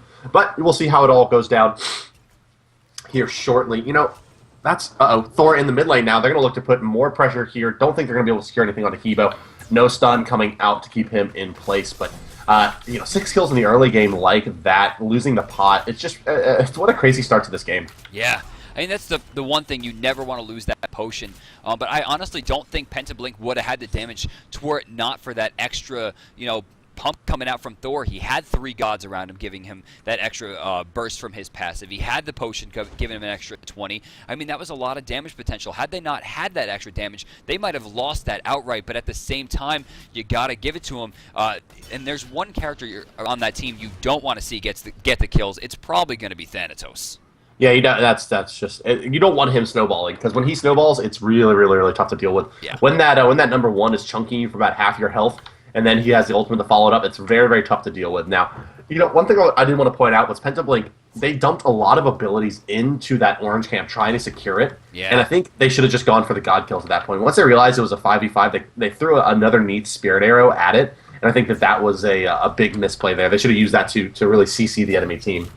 Oh, Sonati actually grabbing a kill over on the right side. It looks like the solo laners have killed each other. This is a far cry from the game we saw in the round of 32, where those solo laners, I don't think were even a part of a kill for upwards of 10 minutes, whereas right now we're sitting 4-4 inside of 4 minutes.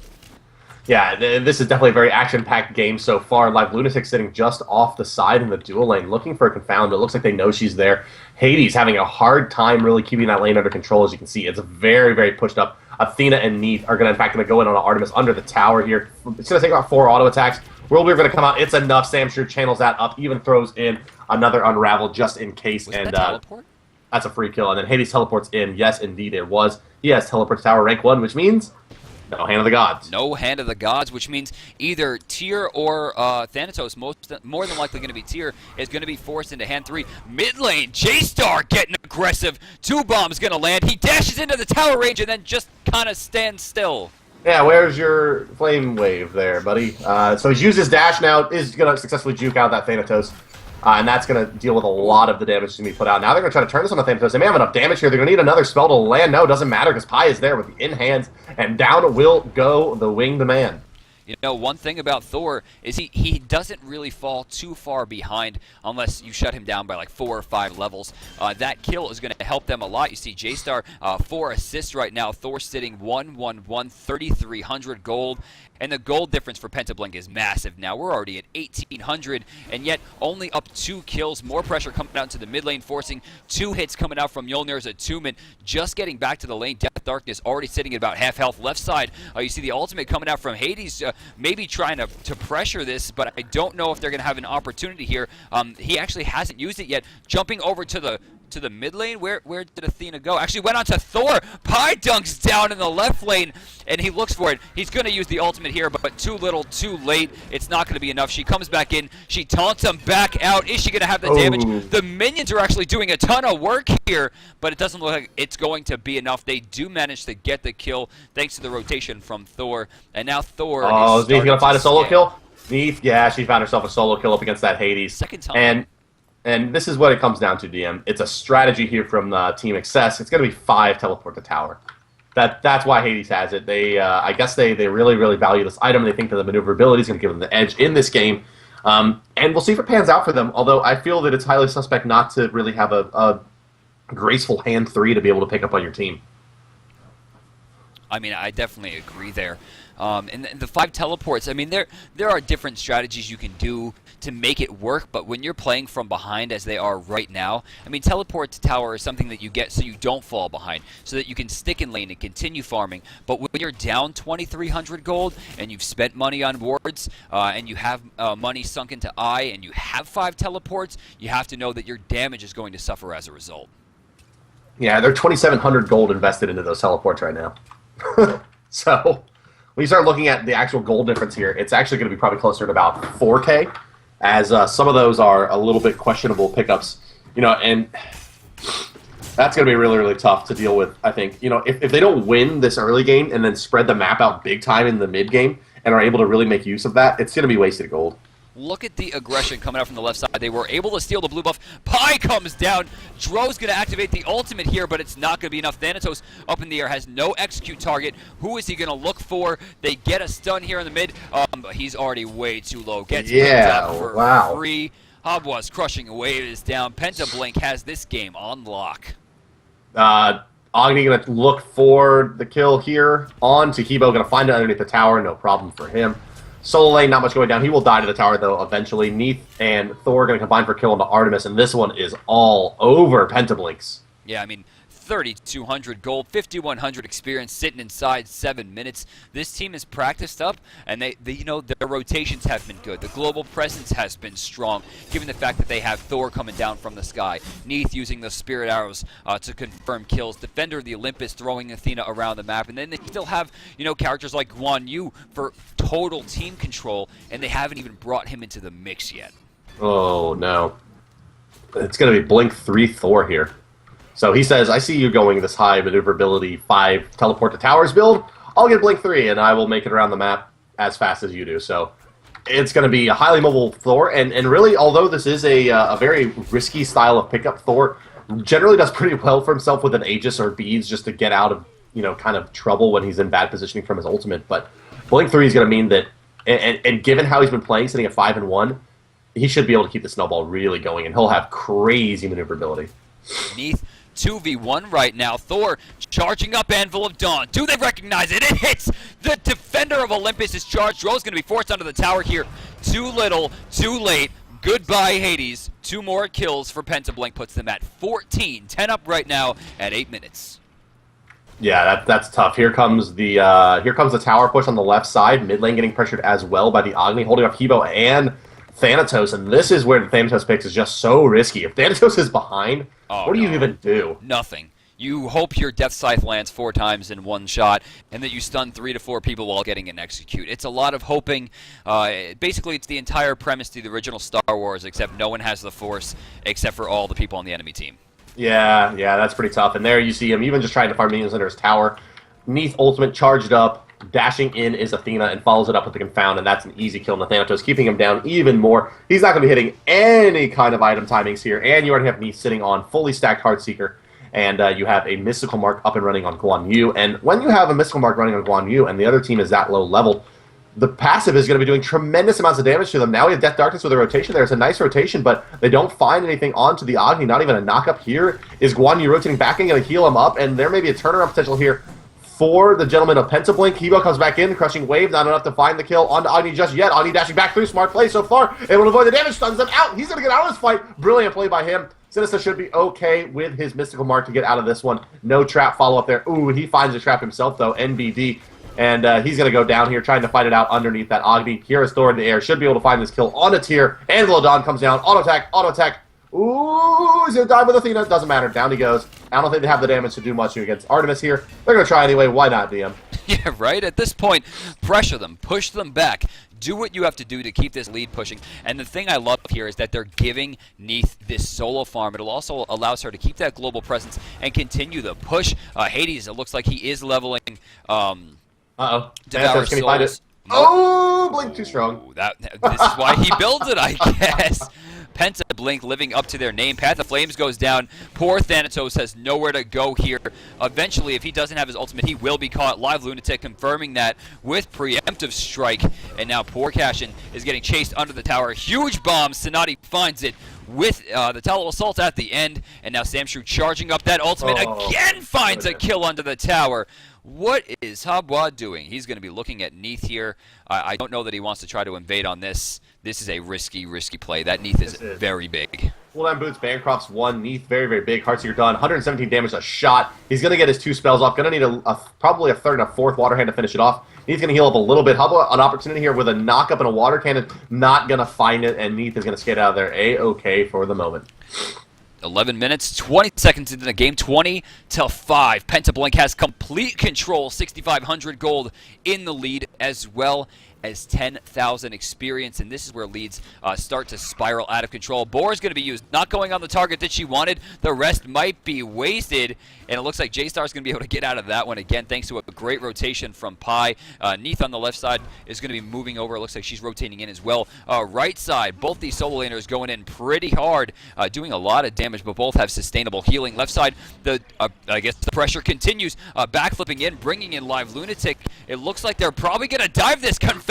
Where is it? It's going to miss, and now poor Samshrew is going to be stuck under this but tower. there's a Thor. Oh, there's an Anvil of Dawn, and he's up, and they're relatively bunched, but it doesn't look like the pressure's still in on the tower. He's going to go straight back down instead of finishing off Cashin there. Couldn't find the target he wanted in time. Now, though, he has Blink 3, so he'll get under tower anyway. They're going to be able to find Thanatos here easy peasy. It's going to be a big Hades ultimate here, but he hasn't started channeling it just yet, and he's going to get chain CC'd before he's able to even get it off.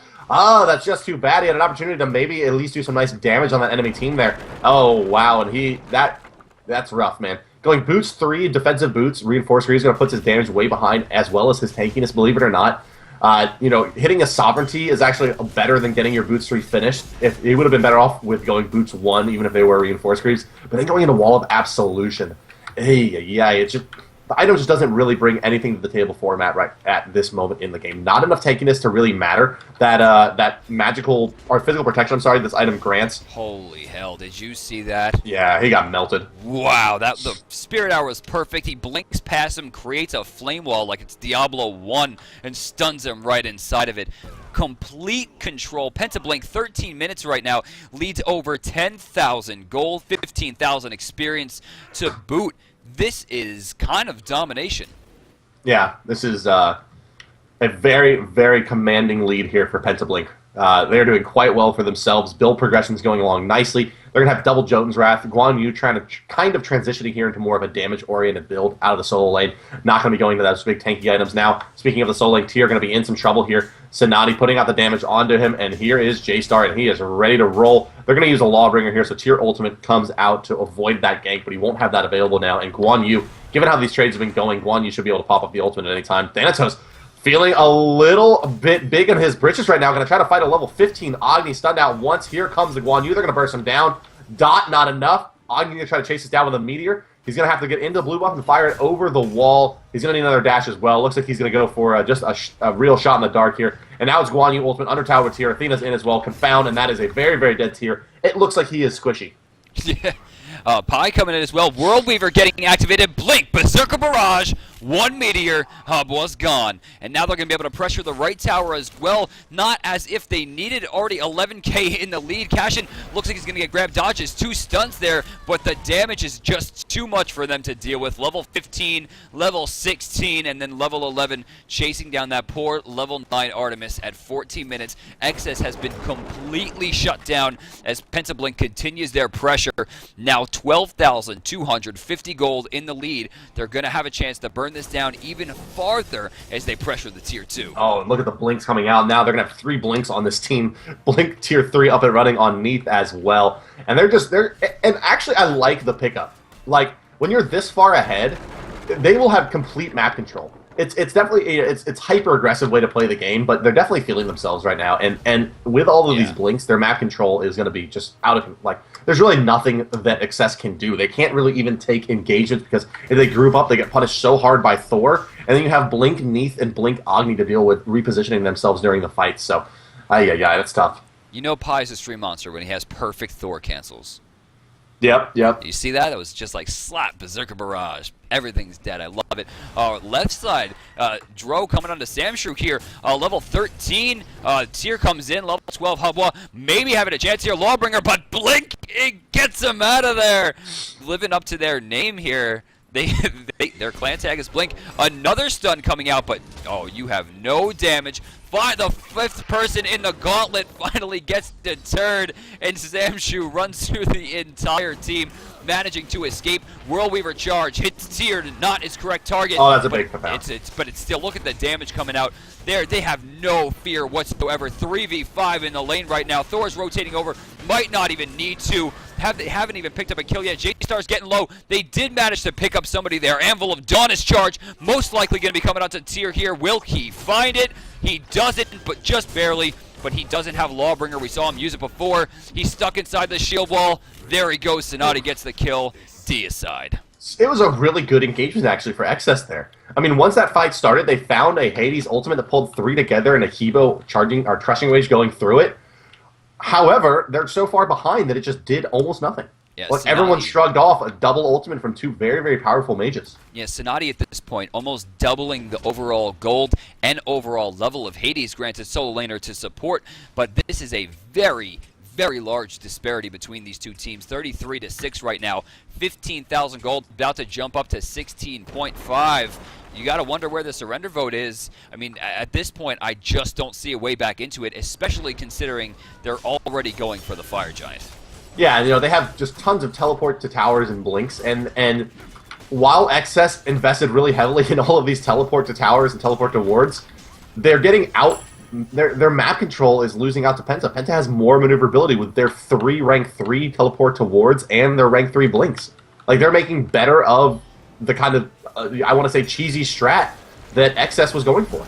Look at that damage. 2 people from Excess just no longer exist whatsoever. 2 stuns wasted there as you see Cashin trying to get away, but another blink over the wall. 3 down. They're going to pressure here onto Hades and onto Thanatos. Yeah, Hades is caught.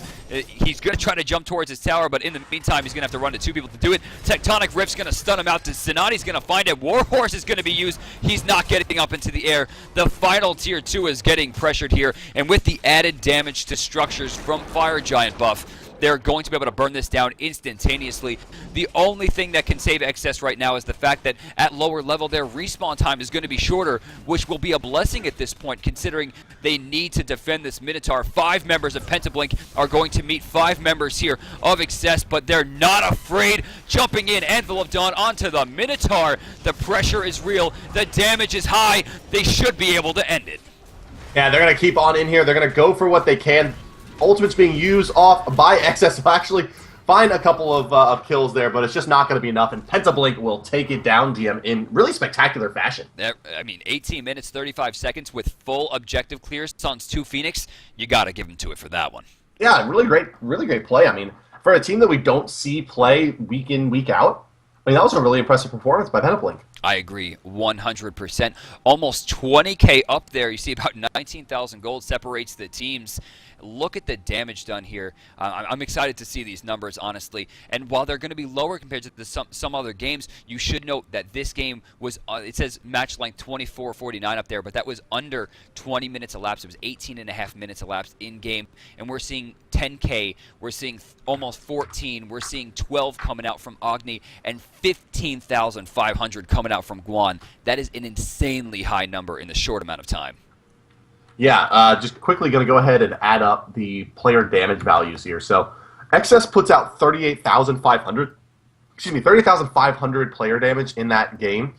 Let's see what we're looking at over on Penta. So it's 15,500 plus 10,500 plus 14,000 plus 3,000 plus 12,400. So 55K versus 35K. So 20,000 more player damage put up by Penta in that game, and it definitely showed. 10-3, 12-1, 7-0, 2-1, 9-4 are the KDs for Penta there. So way out ahead. So taking a look at the brackets, guys, again, highriskstudios.com/esports/tournaments. You'll be able to find the brackets in the North American tab under NA 100K Tournament Week 1. You can see right here that Pentablink will be moving on to face the winner of Team Injection and Team Peregrine. The winners of that, of course, will go up against the winners of COG Gaming NA. That's, of course, the cognitive team we've seen on top for so many weeks versus Armada Gaming. Bottom side, Denial Esports finds themselves over the all-female Cognitive XX team, and Still Dreaming gets taken, or rather takes it over Discord Gaming. We see Team Dignitas taking over the Celestial Ponies, and they'll be going up against the winners of Snipe Gaming NA and Crank Gaming. We actually might see a Dignitas versus Snipe here in the round of 8, which I'm sure would be a very exciting matchup. I believe so. I think Snipe's done. I think the brackets just haven't been updated yet. Looking at the admin chat here, it looks like Snipe did win over Crank, so it is going to be Snipe versus Dignitas. Yeah, that's going to be our next matchup. We're going to check in with the admins, get everything set up, guys, and then we'll be back to you in just a few minutes.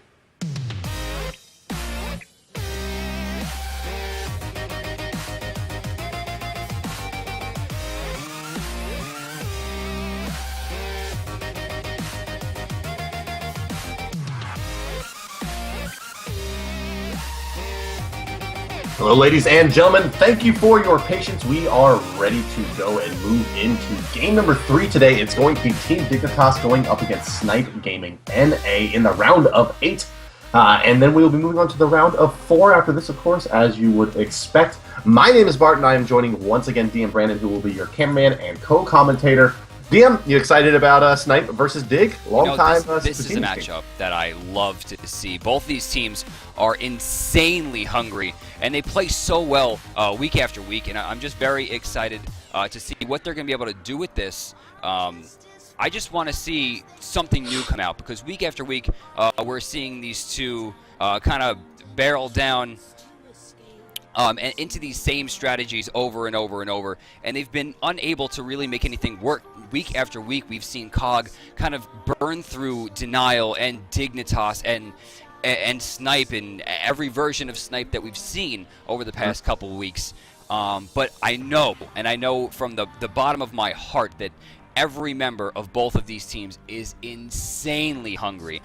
Allied actually just jumping off of the team that he created, of course, Evil Empire, to rejoin SMITE, like you said before, and his former partner Shing, to try to make something happen, because with $100,000 on the line, feelings become a little less important. Yeah, that, it's going to be really interesting to see how Allied meshes back into this team, because he left this team when they were cognitive because of issues with some of the roster members that I think still are on that team. So, we'll see if they can get this all worked out. And Allied actually made a post on Facebook or something, one of his kind of accounts, talking about why he left the Evil Empire team that he created. And, really, he thinks the best chance to win is with the gentlemen of SMITE. So we'll see if they can put it together. I mean, a win over Dignitas in this tournament would be a very, very good start for them. And last week we saw major plays coming out from SMITE. I mean, they played amazingly, but just fell a little bit short in the end. They're going to have their chance to really make a new start here. And I think this is the start. This is the week where that start matters, because this is the week where the 100K starts to kick off. And I think these teams have become much more focused in the past 7 days, because they realize so much is on the line now. Tworai, a betting man, going into the 100K, I mean, a lot of people are expecting, Cognitive, Dignitas, Denial, and SMITE. But it should be noted that Dignitas and SMITE here are playing in the round of 8, which means one of these teams isn't going to get the seed points they want.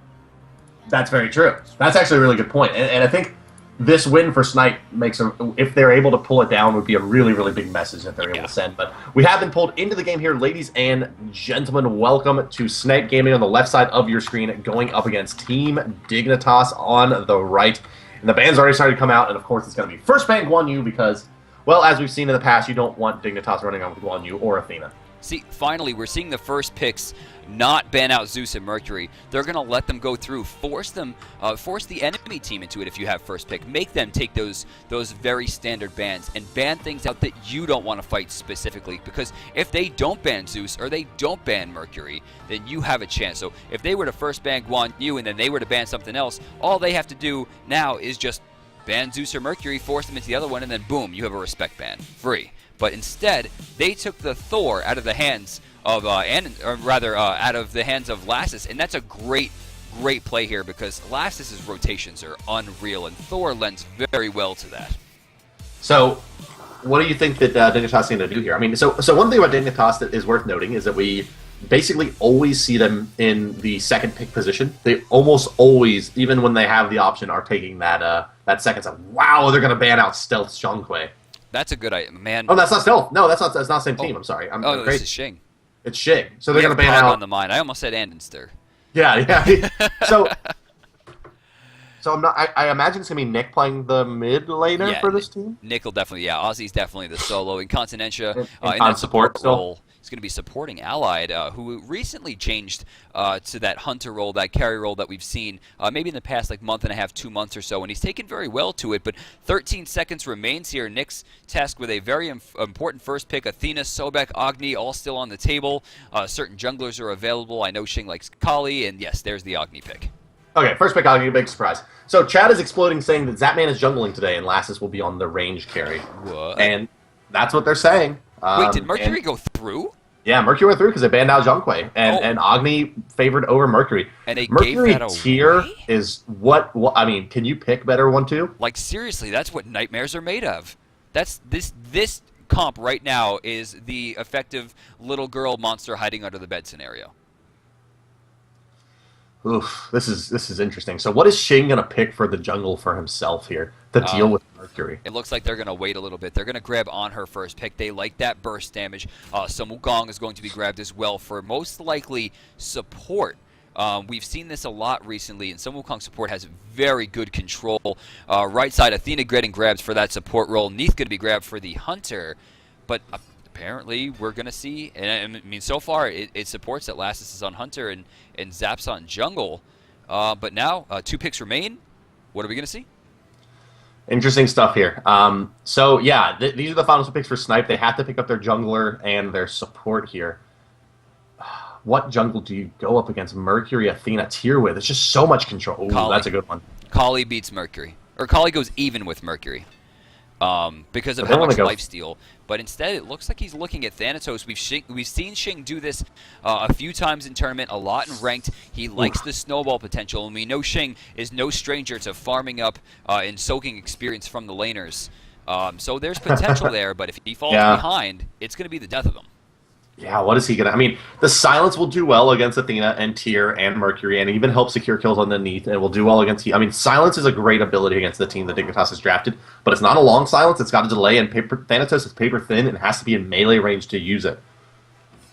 So it's gonna be tough. Habwa, the damage is intense between Habwa and Mercury right now, and the best on Habwa, oof, scary. Yeah, so. This is definitely a battle of the Titans. 2 extremely aggressive comps picked by these teams. Chang'e really the only... Chang'e tier you expect to be a pretty slow lane, but Mercury able to definitely turn around that solo lane quickly, and Thanatos definitely brings Snowball to the table in a big way, as does Mercury and Hebo. So this is gonna be tough, man. It's gonna be really interesting. So yeah, it is indeed gonna be Lassus playing on that range carry role. So one thing that does do is it takes Athena out of the kind of the pool of junglers that Dignitas is really that particularly strong with. That's very so no longer true. that big threat. Well, granted, I'm sure they could just switch their roles back easy peasy. This is the first week I think we've seen them do this. They've had a few scrims doing this.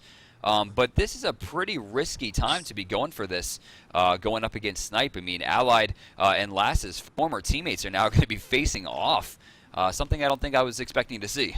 Yeah, neither of them in a role that they ever played together. So Allied was the support, and Lassus was the mid laner. Yeah, that's true. And now they're both playing range carry. Why not? Yeah, I mean, and then when they were finally laning together, he played more of that bruiser role. We very rarely saw Lassus pick up a hunter. It was more characters like Hercules, Sun Wukong back when he was Hunbots, etc. So I'm interested to see how this is going to pan out. I don't think either of them are going to have a real bead on how each other are going to play.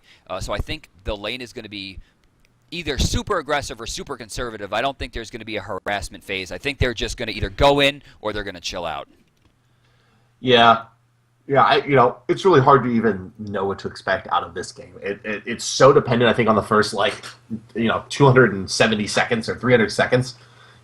It's going to be the battle of Thanatos and Mercury. Whoever gets out to the strong lead and whoever doesn't get harassed too heavily when they're in that solo lane in the first few minutes.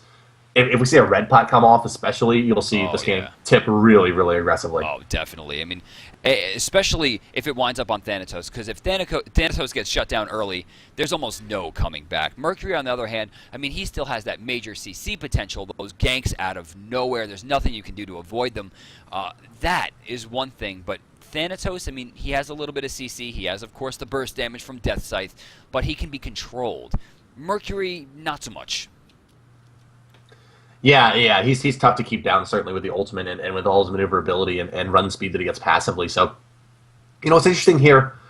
So moving Lassus onto the range carry role, Lassus is mechanically a very, very, very good player.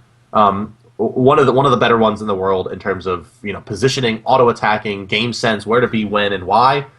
Zapman, historically extremely strong when it comes to calling fights, does very well in team fights, extremely accurate as well. I don't think that this change is going to be very impactful in terms of Dig's overall potency. I think that if any two players were to swap roles, those two would be the likely ones, and I think that it probably won't hurt them that much. And, I've seen Lassus playing a lot of Hunter lately. In terms of, we saw him do it at the Tier Monster tournament, of course, Divine Intervention last month. We've seen him do it a lot in Ranked, and his movement and control and ability to juke is so strong. And putting that and allowing him to pressure from the backline is great. And then given the fact that we have, Zap, like you said, he's the one that's doing a lot of the shot calling, a lot of the positioning. So allowing him to lead as the jungler, where a lot of those initial initiations come off, that could be a very, very major change for them, and it could really benefit the team greatly. It could work or it could fail spectacularly. We will find out right now, ladies and gentlemen, as we have loaded into the map. SMITE Gaming going up against Team Dignitas. Let's go ahead and introduce our teams. The blue team fighting out of the bottom of the minimap on the left side of your spectator UI. They are SMITE Gaming. You got Allied, who will be pairing with Incontinentia in the dual lane as On Her and Sun Wukong Xing in the jungle as Thanatos. It's going to be Chunga, who's going to be in the solo lane as Ozymandias, and Nick will be in the mid lane appearing as Agni. They will be going up against Team Dignitas wearing the red trunks, fighting out of the top of the minimap and the right side of your spectator UI. It's going to be Zapman in the jungle on Mercury. You'll have Shadowq and Lassus combining for an Athena Neath dual lane, and Atoli will be your solo laning tier, and the best will be picking up Hebo for the mid lane. So right off the bat, check out the defense coming out from Snipe. They don't want any of the nonsense Dignitas is trying to put forth here, and good on them for it. They want to stay safe. It looks like Incontinentia is going to find himself, whether he knows it or not, inside the vision of a ward. So this is going to be their opportunity to rotate to the right side of the map and start controlling space. Taking a look at the initial build here, Anatoly still has a ward available to him as well. Looks like it's going to be a second majorly aggressive ward, so they're going to have track of all the blue buffs. And now Anatoly is going to head back to the base, likely to pick up maybe mana potions. I guess not too comfortable with trying to rely on that pickup of the blue buff. He has the time here. He actually might be a little bit late depending on what he's going for. If he's going for directly speed buff, he should be able to get there in time. Left side fighting for mid camps. Right side, we have three people aiming. It looks like they're going to be doing that solo red start. With the ward coverage, honestly, this should be their chance to counter this, but it looks like they're going to take the safe route. Left side, they expected an invade here, which means mid camps are not going to be taken appropriately. No Hand of the Gods used here. Actually, best rotating into... No, he's going to the mid lane. Thought he might have been going to red. They're going to be able to take the mid camps here, though, but he's going to wind up losing a little bit of experience if they don't hurry up, because Nick's already on his way trying to push this into the tower. Yeah, he wants to get rid of some of those minions and remove some of the XP from the system that's going to be capable to be picked up by Hebo here. But Best looks like he's going to make it in, maybe losing one creep there, I think, before he made it. One did go down to the minions there. So he'll be a little bit behind Nick, but nothing too serious. You know, Dignitas historically is one of the worst level 1 team fighting teams in the game. Certainly of the teams that play at the top level, I would say I put them squarely in the bottom. They consistently... So in last week, we saw them fight in a best of 3 against Denial, and Denial got first blood in every single game. Well, to be fair, they also did that against COG almost every single game. That's right. Oh. So they play... Uh-oh, yeah, Ozymandias in some trouble here. Sorry, going to take the auto attack, sir. Wait. Oh, Zapman missed the dash! You are not on time with me, sir. I'm not? Oh, okay. You're very far behind. Okay. All right, I'm going to resync with you, and I hit it early. I guess it just didn't take... So yeah, I'm sorry. Go ahead and take it while I catch up. Sure, no problem. Are you at 128, 29, 30? Yes, yeah, we're okay, all right, we're good. All right, go for it. Nick's taking some damage. He's going to be forced to use Path of Flames out. Xing rotates in a little bit too late there. Nick hitting level 4 off that wave. The Best already level 4, so he's going to have a small experience boost here. Rotating to the mid camps. Here comes Incontinentia, a person I've had to face in ranked, especially on that Wukong, a few times in the past couple days, and he is such a monster with these mid camp timers. He is just always ready to get that extra experience, and so Xing's over here as well. We see Shadowq going for rotation. I think he realizes that he's not even going to try to contest this. There's no point to do it. But they don't realize that this was not taken until super late. So that was just so much time wasted. No damage coming out there from Shadowq. He looked for it, but he didn't get it. But finally, the mid camps get taken. I like that super late strat. I don't think that's something that we've seen before, and it really messed up Incontinentia's almost perfect timing there by making him stand there for 20 seconds. Yeah, and it puts him a level behind Shadowq as well. Shadowq was soaking up experience during that time, so You know, they will, in theory, have an earlier level 5 timing on Shadowcue here, and Continentia, though, hits level 4 with that Hand of the Gods, and it's basically pulled back to all square. Shadowcue will have a small wrinkle where they can try to play maybe super aggressive, but Neath, not really a god that's known for getting in the mix and letting that Athena ultimate land. Ozymandias actually only losing 1 creep to the tower there, earning the rest for himself. Level 5 right now. Most people in the game, Allied and Continental Lassus and Shadowcue, the only people that are down right now. There is a gold disparity that we see in favor of Dignitas right now, only by about 500 to 600. Granted, we are missing a few points in the creep wave here, but still, any little bit helps, especially early on. But still, 3 minutes into the game and not enough aggression to see first blood. Yeah, it's nothing has really even gotten too close yet, and taking a look across the board, our build's totally going to be going for the Hide of Leviathan or Urchin Rush, going up against Chang'e sitting on Boots. So, you know, it's going to be, excuse me, it's going to be an interesting matchup here. You know, this I thought that was commentary. Yeah. That I was sneezing away what I thought about that build. Yeah, you know, it'll be interesting to see, you know, if he's able to make it out of this solo lane doing well against Chang'e's tier. You know, what do you put this matchup at? Is it a 5-5? You know, it really depends on the jungler. In this case, I'd probably give it to Tyr just because Mercury has such a better matchup against Chang'e than Thanatos does against Tyr. Right, sure. That makes a lot of sense. If they were to sit there by themselves for their whole life, nothing would ever be accomplished. Yeah, full 5-5. Junglers are really what turns it here, and Tyr really just, you know, he can just sit on Thanatos. Thanatos can run in, and he can let him hit him a few times, and then one good fearless combination is going to put Thanatos near death. Yeah, especially if it's into the tower, which is something that Anatoly excels at. It's just seeing that a little bit out of position and finding just even one tower shot, being able to push him into that range and just start bursting him down. If not for the kill, then just for the presence of mind. Like, if you come to my lane, you're kind of going to get bopped. So Shin going to give up red buff here to Nick in the mid lane. That's a really good decision, I feel like. Much better. I like in the that. previous games where we saw Owl pick it up at the beginning, Owl doesn't do anywhere near as much with a red buff as Agni does, especially against the Hebo matchup, right? I mean, it really helps him out, even though Best does a nice job of evading a lot of damage and only eating 1 meteor. It helps him out tremendously versus Hubwa in terms of his ability to trade in the 1v1 once the minions are dead. Did you happen to catch Nick coming back to lane off the red buff? Yeah, the knockup. Oh, man. The Best So just has cute. the ward there, just sitting there like, I'm going to take half your health. Yeah, it was very cute. A typical Best play. Yeah, it really is. I mean, he's always been so itching to get himself into fights. He's a very aggressive person, and then you talk to him in real life, and he doesn't say a word. Yeah, he's an aggressive player, definitely not an aggressive soul. So, looks like the junglers are rotating over to mid. We have a 4v3 setting up here.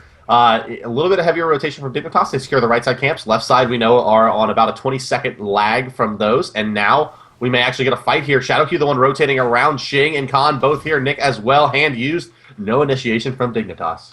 Like I said, this is either going to be a very aggressive game or a very passive game, and so far it's been a very passive game. Both teams know what's on the line here. An early start in seed points means better seeding throughout the path to the 100K. It means higher seed points, which ensures that you're going to more secure in your invitation to the 100K. And given that these two teams are 2 of the top 4 in the region, they don't want to fall behind early. Just in case any of those up-and-comers manage to be able to take one of these teams down in the next couple weeks, it could be bad. But first major push here, the Best manages to dodge a few shots. Sonic Boom's going to come in. Xing is in the air, has the World Weaver inside, ready to go. I don't think it's going to be enough to pick him up. He lands, gets down to critical, but manages to live. The Best with amazing jukes there. Might have went down if he got hit by that death scythe, but that's why we call him the Best. Yeah, he's able to avoid it. No push coming out from Best, or Dignitas rather. On the back of that, though, Chang'e perhaps in a little bit of danger. Oh. Wow. Okay, yeah, so this is going to be a pause, a quick reconnection here from the teams. Had word from the admin. Should not be long here. But no kills, 6.5, well, 6 minutes, 45 seconds through the game here, DM. A very interesting game so far. 485 gold separates the teams in favor of Dignitas, but we have about 1,000 gold favoring SMITE right now, which can be made up very quickly as you see these creeps right here are going into the tower. And it should be noted that it looks like the Gladiator minion here, the one that's the largest with the beautiful helmet that Ares wears, takes a ton of damage. So we're actually probably not going to see any other creeps die to the tower. Aside from that one, everything else should be a gold farm for Dignitas, not to mention it will be a ton of experience as well. Yeah, it's so far, I mean, Thanatos, let's talk about Thanatos. Second time we've seen him picked up in the tournament here. Do you think he's being tremendously effective at this point in the game? You know, I think that Thanatos is one of the best gods in the game, but his behind game doesn't exist. He's like Kali. If you can avoid fights and just farm and just make sure you're playing defensively until like level 9, level 10, level 11, your damage will outdo that of Mercury. It'll outdo that of every other jungler you have to deal with aside from maybe Zeus if he happens to be there. Otherwise, there's just so much potential in the character, but like I said, he must be ahead. And taking a look at the board right now, we see a 3,700 gold worth on him, but then you go over to Zapman, he's up to 39 already, level 8 as well. In the experience per minute, we're seeing 396 onto Zapman. Xing, we're seeing 399, so dead even there. So Zap just has a little bit of a lead, which he's going to exacerbate now as he attempts to hold the tower on the right side. Yeah, and Thanatos, forced to go cooldown reduction boots. I mean, it's just that's what fits into his build the best. He really does well off the cooldown reduction. He scales well off of it, but that does give the edge in terms of damage to Zapman, who will be able to go into pen boots. So, they'll be relying very heavily on abilities here with that cooldown reduction and lack of early game flat pen. So we'll see how it all shakes out as we are back underway, approaching the 7-minute mark. I see it. Right here, I don't like this. Lassus moves up to box here with Allied. Not a good idea on her inherently. Will just out-damage him. Oh, wow. I missed that completely. It was really, really well played. All right, we're going to run it back. Yeah, go ahead. We're going to run that back. All right, so, oh, beautiful. He gets the knock-up to ensure, but at the same time, look at that, the counter plays. So right there, Nick has to stop to use that bomb. The best reads it, knocks him up, crushing waves, but it doesn't actually connect, and Nick just counterplays it, gets first blood for Snipe. Unbelievable. Ozzy actually might turn this around. The 2v1 is going to be huge there. Gets the clear with the heal, and now Xing's there. He's not going to be able to kill Anatoly like we've talked about before, but at the same time, the damage has been done. Wow. And Anatoly should know everything there is to know about big turnarounds with Chang'e, putting up a big one for himself in China. Being the beloved of the Chinese fans, still going to eat some damage here from Xing. Does dodge that Death Scythe throw, which will help him out a lot, as the percent damage that would have dealt to him would have been pretty rough. Left side lane, we do have a little bit of pressure coming out. Allied using that ultimate. They're trying to find Lassus. Lassus juking under tower. Allied pin, eating tower now. Shadow Q, does he have the taunt? No confound coming out, and Khan going to get out of the way with that ultimate. And look at that, actually. Sun Wukong just basically hard counters Neath. I never even realized that. The Spirit Arrow hits Decoy. And on the right side, Anatoly going to go ahead and turn that one around onto Ozymandias, using the Fearless ultimate to get that initiation. So, well played. Sonic Boom on left side, made you look, and then bang, shield wall. Shadow Q finds himself a kill. Suddenly, this game that was favoring Snipe dramatically has evened out once again as Dignitas finds 2 kills to add to the board, and now some extra farm. Knockup missed by the best. He's looking for it. Does he have a chance here? I'm surprised he didn't just use Crushing Wave to catch up. That might have been a kill opportunity. Yeah, it definitely was. It would have been close, but I think that he really wants that ultimate to, it's just too risky to use it on a maybe because it's his only escape. I think is probably what the play is there. Yeah, I definitely agree. At the same time, proper communication could have net him enough note, but check this out. Dignitas invades, finds himself a red buff, and now they're starting to maybe gain a little bit more of a lead. 800 gold separates, and now they have the experience difference in their lead as well. Yeah, very, very minor, but definitely going their way right now. Why is that? The best. As soon as he walked up, the best knocked him up in the mid lane. Lassus in a lot of trouble in the left side lane, dodging the Desert Fury and Khan there. He pins out Allied, has to run away from the Sun Wukong, but Jingle Bang back online will take out Lassus just like that. He was pushed way too far. Ozzy able to swing around. Incon able to swing around behind him and find that kill. Now Incon going to move over on the best in the mid lane. He gets knocked up. Does he have the cast coming out? No, it's going to be Jingle Bang into the sun from Omni, but no commitment from the Wukong there. Didn't have transformation available. Here's Xing up in the air. Wants to help out Ozzy, but knows he can't. Fire Giant Pit is just too much of a death trap for Thanatos, and Xing's ultimates just haven't made a really any impact in the game just yet. So, what are you calling the Magic Cudgel? Oh, the Jingu Bang. That's the name of the Magic Cudgel. Jingu Bang.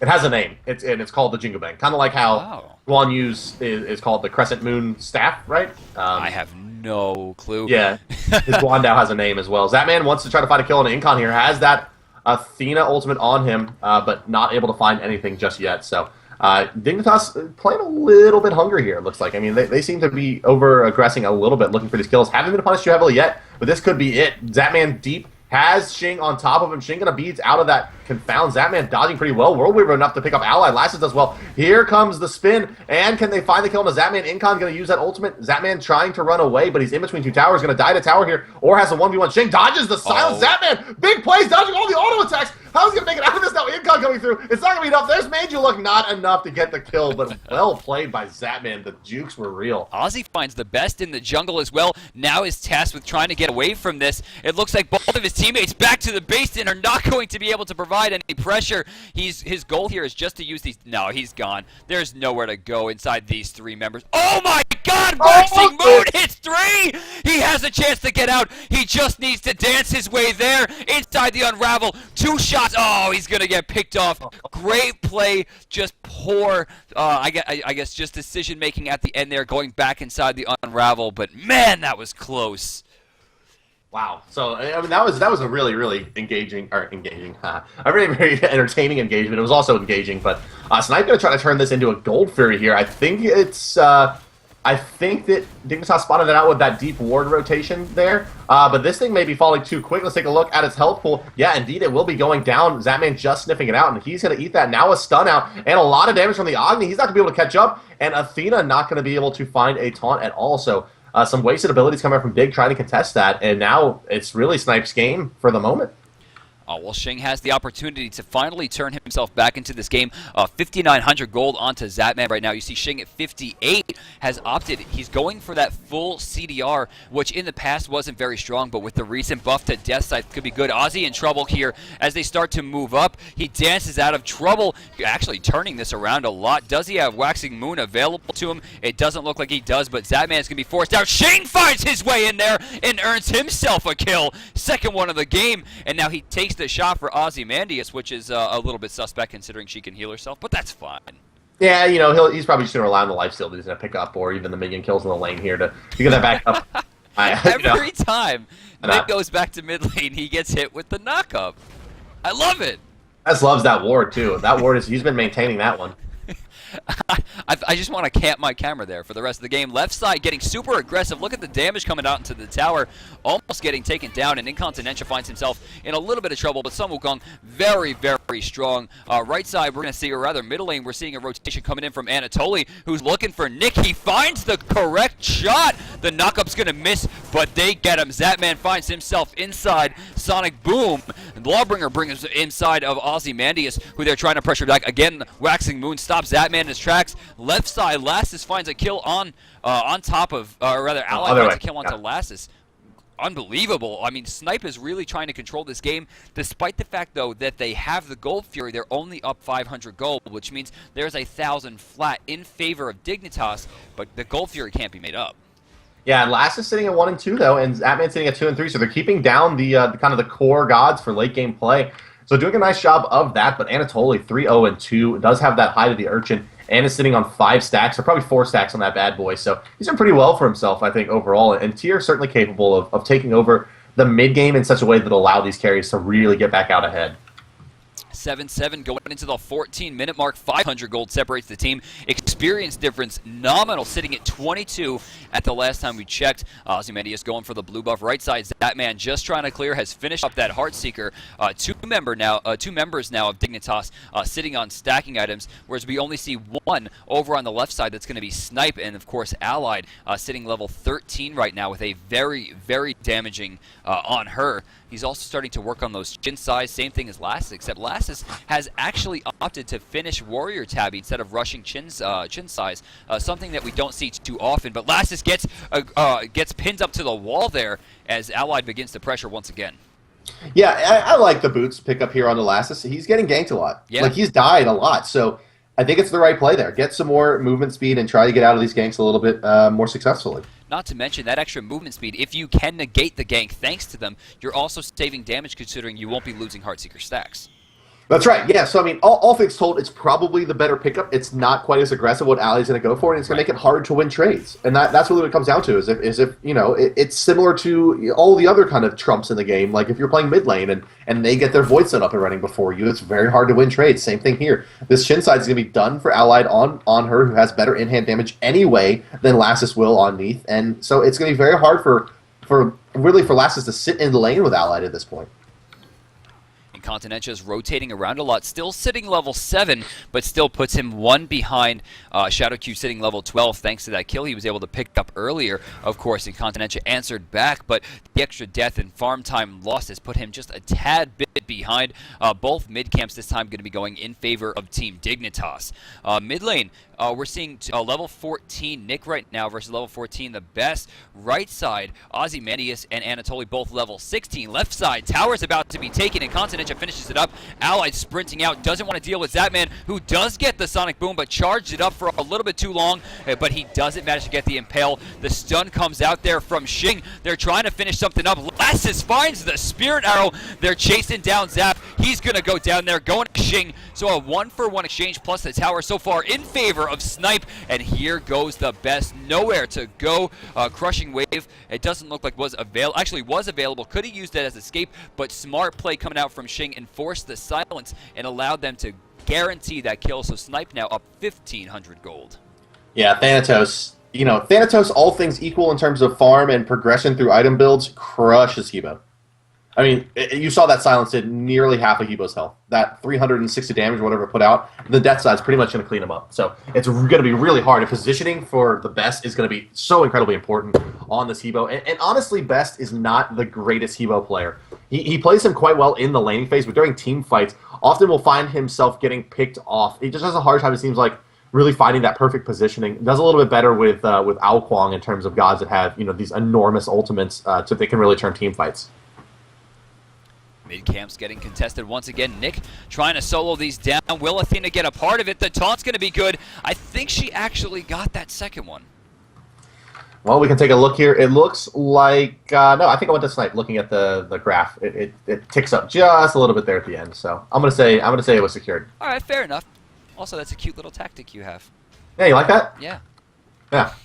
I developed that over years of training. So I'm really impressed that Nick was finally able to get to lane without taking that water spout damage. And you notice the ward is gone. Yeah, I guess that's the reason. That's why. Oh, man. Anatoly getting pressure once again from Anatoly getting pressure from Ozymandias, who's able to push that lane. Tyr taking a little bit of damage, but he's going back, so that small amount of damage that he was finally able to do will be negated completely. Incon rotating back over towards the left side with Allied. He's actually using the cudgel there to clear the ward safely. Allied jumping over the wall here just to try to keep himself safe as Incontinentia works his way back over towards the mid lane. Not sure what going in on the Ozzy on the right side. In fact, they're going to use an Athena ultimate as well. Crushing Wave comes through, but it's not going to hit Tyr, and there is the Neath ultimate. So much used to pick up Ozzy, and they get it. That was 4 ultimates. That was Lawbringer, Defender of the Olympus. That actually, we see Xing up into the air. That'll be wasted there. Honestly, I would have liked to see them farming. That should have been a push in the mid lane. That should have been a push onto the side. World Weaver's down. This is Allied's chance to get real damage done. But the teamwork and the communication just weren't there in that specific instance.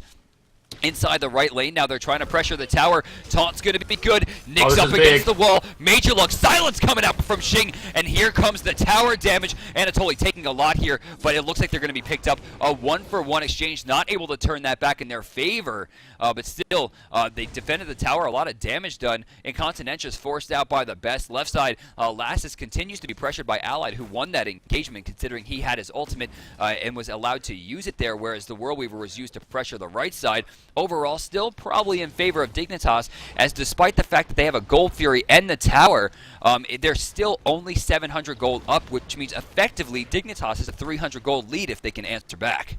Yeah, and Zapman is somehow once again managing to find farm for himself. He's keeping was even with Xing before that last engagement with a lot more deaths to his name, 2-5 versus 5-0. So somehow Zapman still managed to keep up and farm. Is falling a bit behind now though as Xing continues this snowball, and this is really dangerous. This is a really bad position for Dig to be in. I think they're having to commit really heavily to getting any kills.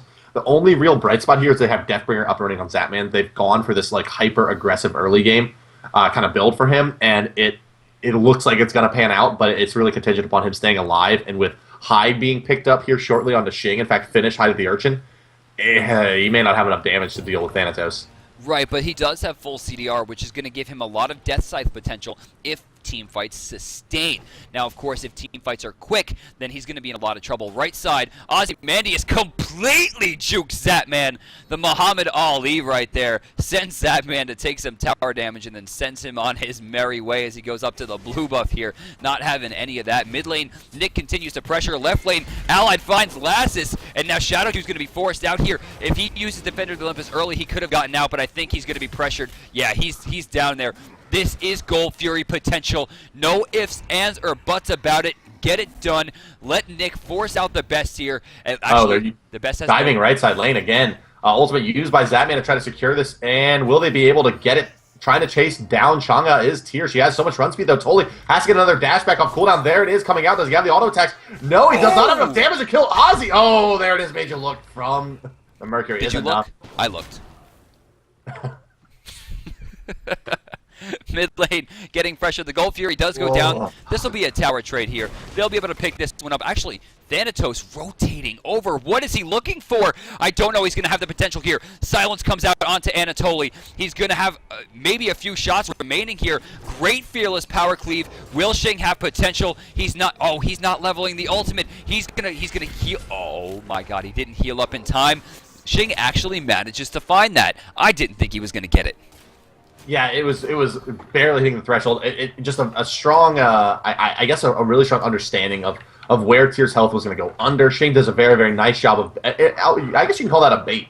Now he's in some trouble, though. Going to try to finish off the tower, but that's a big made you look damage. 551 as that thing crits out. Shing now trying to get out. Not going to be able to get out in time just yet, but they may be able to pick up Zatman yet again for it. Either do Nick finds yet another kill. Best rotating around, but he just has, we haven't called his name yet in this game. He's just sitting on 0-3 and hasn't really been a factor.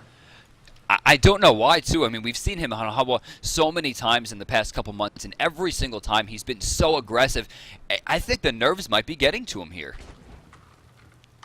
Yeah, I don't know. I don't know really what the case is here, but it's really, it seems like it's having a hard time really finding effectiveness. Where Nick, it feels like he's just been in a better position most of the time. Well, now Snipe at 22 minutes, 30 seconds into this game, leads 3,600 gold, 2,800 experience. I think this is the first real lead that we've seen throughout the game. We've seen like little bits and pieces, but this is the first time that we've seen team really kind of take control. And looking at the board right now, two towers up. Actually, I'm sorry. Yeah. No, yeah, 2 towers up right now. They have complete map control. The only real point of contention at this point for Snipe is the Fire Giant. They're not really worried about their own towers with the gold lead, but look at Incontinentia here, dropping a very aggressive ward. Left side, actually, Allied is level 19, tied with Shing for highest in the game. Oh, I'm sorry, and Anatoly. But look at the golds here. Only a few gold separates Allied and Shing as they both inch towards 12K. Yeah, that, ooh. Oh man, that's a really, really deep ward, and Lassus, I want to say, has spent way too much time in this 1v1 versus Allied. There's not much that he can really do here. Like, yeah, he's routinely dying. It's not a good matchup. On her wins that matchup steadily so. Incontinentia earning both of those mid camps there. Right side actually gets reset. One of them going to Dignitas, and now they continue their pressure here. We see a rotation. He's looking for the major look. You can see it, but they don't want to go for it. Mid lane, I think we're going to see a group up here. This might be team fight potential. Dignitas really needs to retreat here. It's 4v5. They don't have a tower to retreat to. Oh, Anatoly's coming in from the back. This could be very, very aggressive.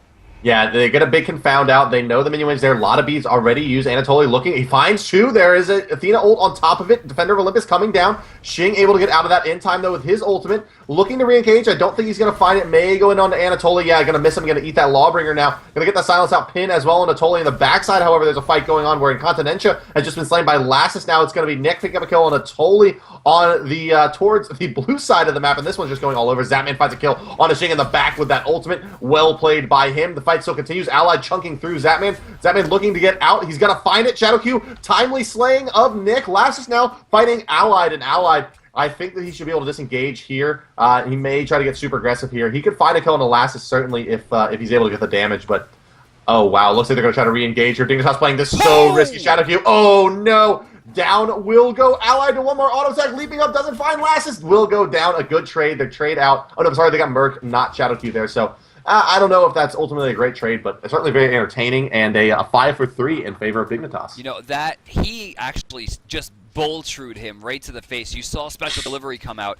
the major point in that fight was I am so impressed by the patience coming out from Zatman. I think any other jungler would have used Sonic Boom right off the bat, and he saved it for so long. Yeah. And thanks to that, he was able to pick up not only Shing in the back, but stun Ozymandias long enough for his team to find that and pick that up as well, forcing Ally to be stuck by himself. And I have no idea how they were able to put enough damage into Incontinentia to burn him down. Yeah, I don't either. He's very, very tanky. Sovereignty, Height of the Urchin up and running as well. Look at this double Obsidian coming out over here on the way of Snipe as well. They want to be able to burst down this, I guess, Shadow Q and Anatoly here, both building fairly defensively. But Shing, his item build, I mean, I don't think anyone would have thought that this was what was coming out with the start that he had in this game. Jotun's Wrath and Boots, max CDR into Urchin. You'd expect this fifth item here to be another damage item, but it's going to be Magi's Blessing. You know, of course, people at home know that I'm a big perpetuator of lifesteal. Given the fact that, I mean, right now, I think Chin's Blades would have been the best. I think it's his best item. With that AoE attack, of course, he can do extra damage. He attacks faster. He's doing that base damage on top of it. Not to mention the fact that it gives him that extra lifesteal, which, of course, he needs. I mean, he's a character that has to use his own health to do damage. Last two fights, we see Shing missing a lot of Death Ice. He's just throwing his health in the garbage. And now Zatman has turned the corner. Rage Blade Deathbringer up and running on Mercury, and this is where he can start winning team fights by himself, basically. Yeah. I mean, we'll see if he's able to make really that super strong transition as the Gold Fury fight goes down. Incan Ultimate already used here, so that's good news for Dignitas. Last has picked back up the aggro, and it looks like Snipe is going to, at least for the moment, be letting this one go. Best trying to zone the team is Hebo, and it will be enough. Dignitas able to pick up Gold Fury here, so that's going to cut this gold lead back down to basically all square, and the team fight's going to continue. Waxing Moon, I'm sorry, not Waxing Moon, Sonic Boom used. This could be great potential. Ally jumps out. Defender of the Olympus is down. Shing comes into the fight at the wrong time and will be forced out. Great block by Allied on the World Beaver, but too little, too late. Allied's in trouble. Lawbringer in the back, and he's done. Two people go down for free on top of the Gold Fury, and suddenly Snipe is completely on the ropes. Yeah, it's basically exactly that. Zatman went into that fight being at about 8,000 player damage, now sitting at 9,500. So, I mean, that should tell you all you need to know. He is going to surge through now and be the top damager in this game. Towers are basically paper, and Mercury has hit his stride and has hit late game. And this is where it gets really ugly. Snipe needs to win this game in about the next 10 minutes if they're going to have any shot at it. Oh, Nick did not have CC immunity available to him there. As they chase Incontinentia, Nick is gone. No pressure from Agni. Shing has built defense. Incontinentia is the support. There is no problem here for Dignitas. Special delivery. They find Incontinentia, and he's gone. Crushing Wave is used, forcing him out. The best will go down, but still, the Phoenix has been taken. The damage has been done, and Snipe has almost no chance to bring this back in with how well Zatman has been playing this game. Yeah, Zatman doing really well for himself now as we hit the mid-game. Had a little bit of a rough early game, but he's made enough space now. Or, I'm sorry, the rest of the team made enough space. Shadowq and Anatoly really being the prime culprits in making their way around the map, using that Defender Olympus on top of Toly with Zatman rotating into this right side. They made tons of space for Zatman to farm up when those kills were happening. So even though he was dying a lot, he was able to farm the map really, really effectively. It kept him in this game. And now they're going to be hitting a late game timing with a Mercury and a Hebo. And Hebo's going to have Rada Tahuti up and running here shortly on top of his pen and high magic damage build. And it's going to be pretty much impossible to stop the amount of damage they're going to be putting out unless they get picks. And so Snipe has to find some ganks. And luckily they have a Thanatos able to do that, but getting him to kill somebody and not die in the process is a tall task. So now Fire Giant still a point of contention, readily available. We do see Dignitas starting to rotate towards the left side of the map, pressuring the tower. Right side, we're seeing a grouping up from Snipe aside from Nick, who is really just looking to defend that Fire Giant. If Dignitas takes this Fire Giant and gets out of it with at least 3 to 4 of their members, I can't see a way that Snipe's going to be able to turn this one around, but still continuously they're attempting to farm. Lassus still has that death toll available to him. Taking a look at in-hand gold, he's sitting at about 1,000, getting closer to 1,100. Once he hits about 18, he'll be able to sell that Deathbringer, and sell the death toll and finish that Deathbringer, which will make him super strong. Allied able to beat the special delivery, pushes him back. Defender of Olympus is used here. You can see him charging the Sonic Boom, but I don't think they're going to have the potential here to push in. Anatoly coming around as well. This might be a 5v5 fight. This could be a major death sentence for Snipe if they can't defend this, but at the same time, if Snipe can turn this around, they can access the Fire Giant off that and make a huge comeback. It's going to be a Soul Reaver pickup on the Nick. That's really interesting. I like it. I mean, it's something. I think I'm the only person who likes the item. It's expensive. I mean, the question is it better than Rada Tahuti at this point? No, wait, no, absolutely not. So that's what it comes down to. Is he's going to be delaying his Rada Tahuti timing for an item that is basically the same tier. I think Soul Reaver's sitting at about 3,100 or 3,050, whereas Tahuti's about 33. And like 3330 or some arbitrary number.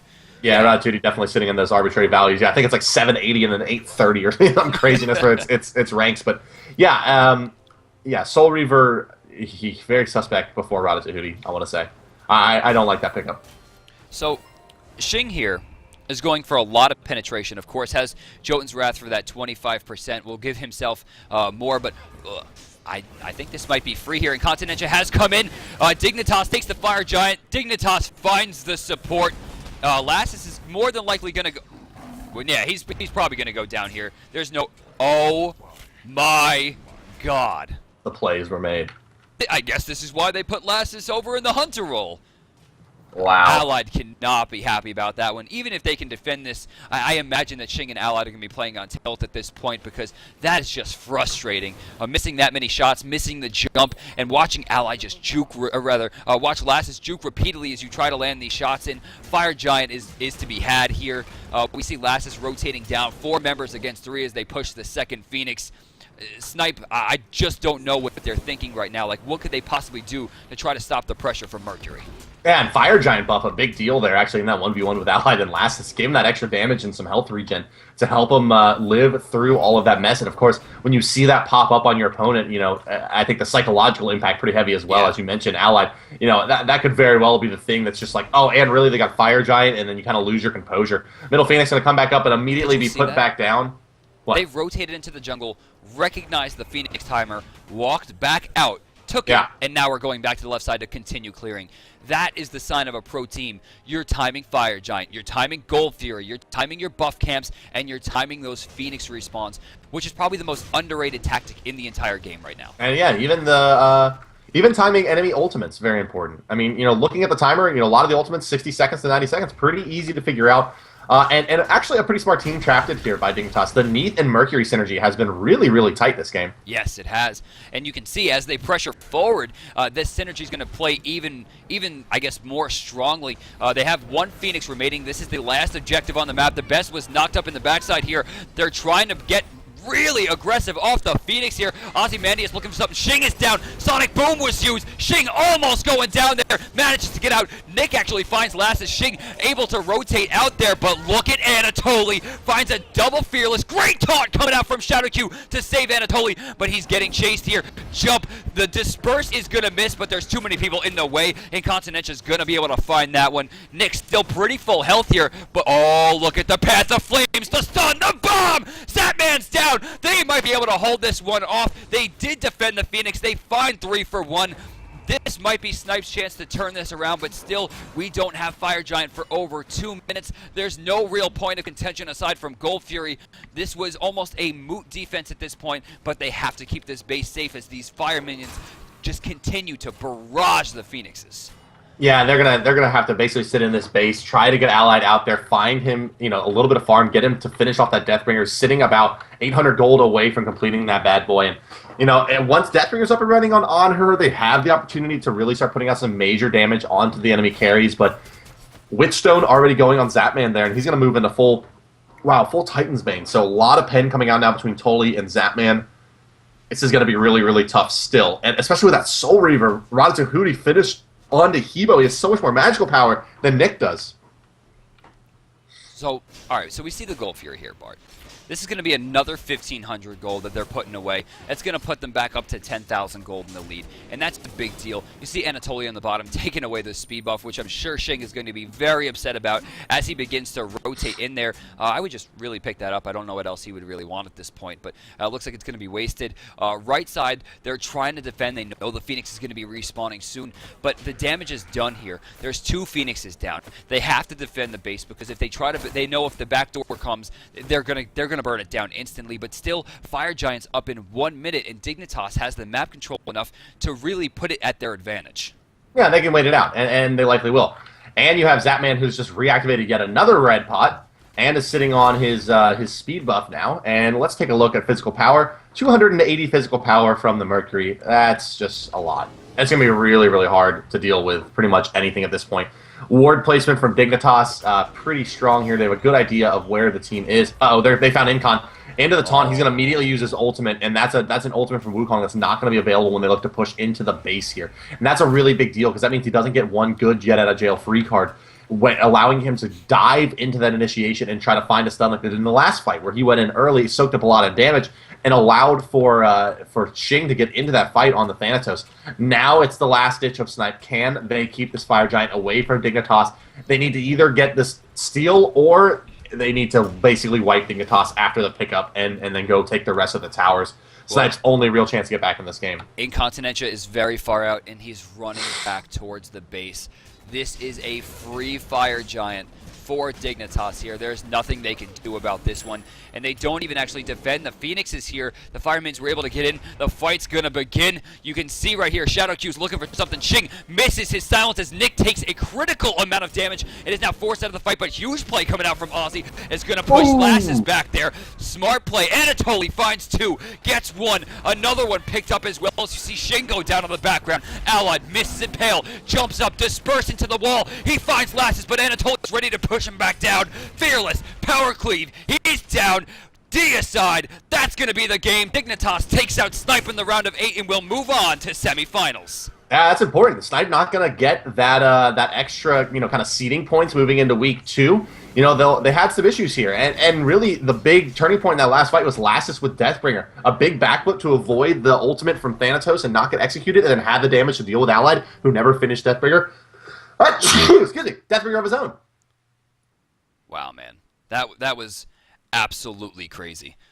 What plays coming out? They were down almost 4,000 gold at one point, and without even a Gold Fury, without any real push, they were able to just push it back in their favor thanks to one brilliant team fight, and you gotta give that one to the new jungler for Dignitas, Zatman. The Sonic Booms, despite the fact that he was -2, he had 19 assists here, allowing Anatoly to get big, putting Lassus back in the game, and the control he put forth was incredible. Not to mention, still put out a very modest 16,000 damage, still 4 over Xing, who is at 1.5-0. Yeah, and also managed to top the structure damage charts still, even on the jungle roll. So, Zatman, why not? That's a good point. How does he do that, man? PvE, man.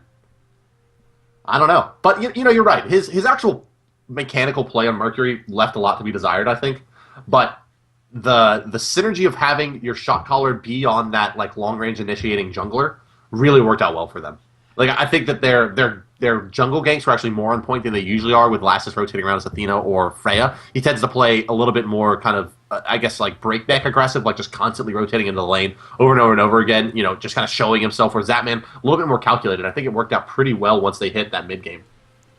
And, Ozymandias had so much pressure on the right side, still putting out about 20k, but wound up 3 and 9 in the end. You can see the healing super, super low, 2687. Wasn't really able to utilize that as much as possible. You see Obsidian Shard getting picked up, more penetration on Shoes of the Magi. He was really going much more of maybe a bruiser build, with the Void Stone, with the Breastplate of Valor, more than that support mage that we've seen Chang'e fall into over the past couple weeks. And while it did do, I guess, a fair amount of work, it just wasn't comparable to the control and damage that Tyr brought to the table. Yeah. Anatoly's fearless in that game. You saw him. He wouldn't even fearless obvious things. He would just wait. He'd put you in the most awkward position. He baited Nick to walk behind him so he could fearless him into a tower. That level of mind games shows that Anatoly belongs on a high-level sponsor like Dignitas.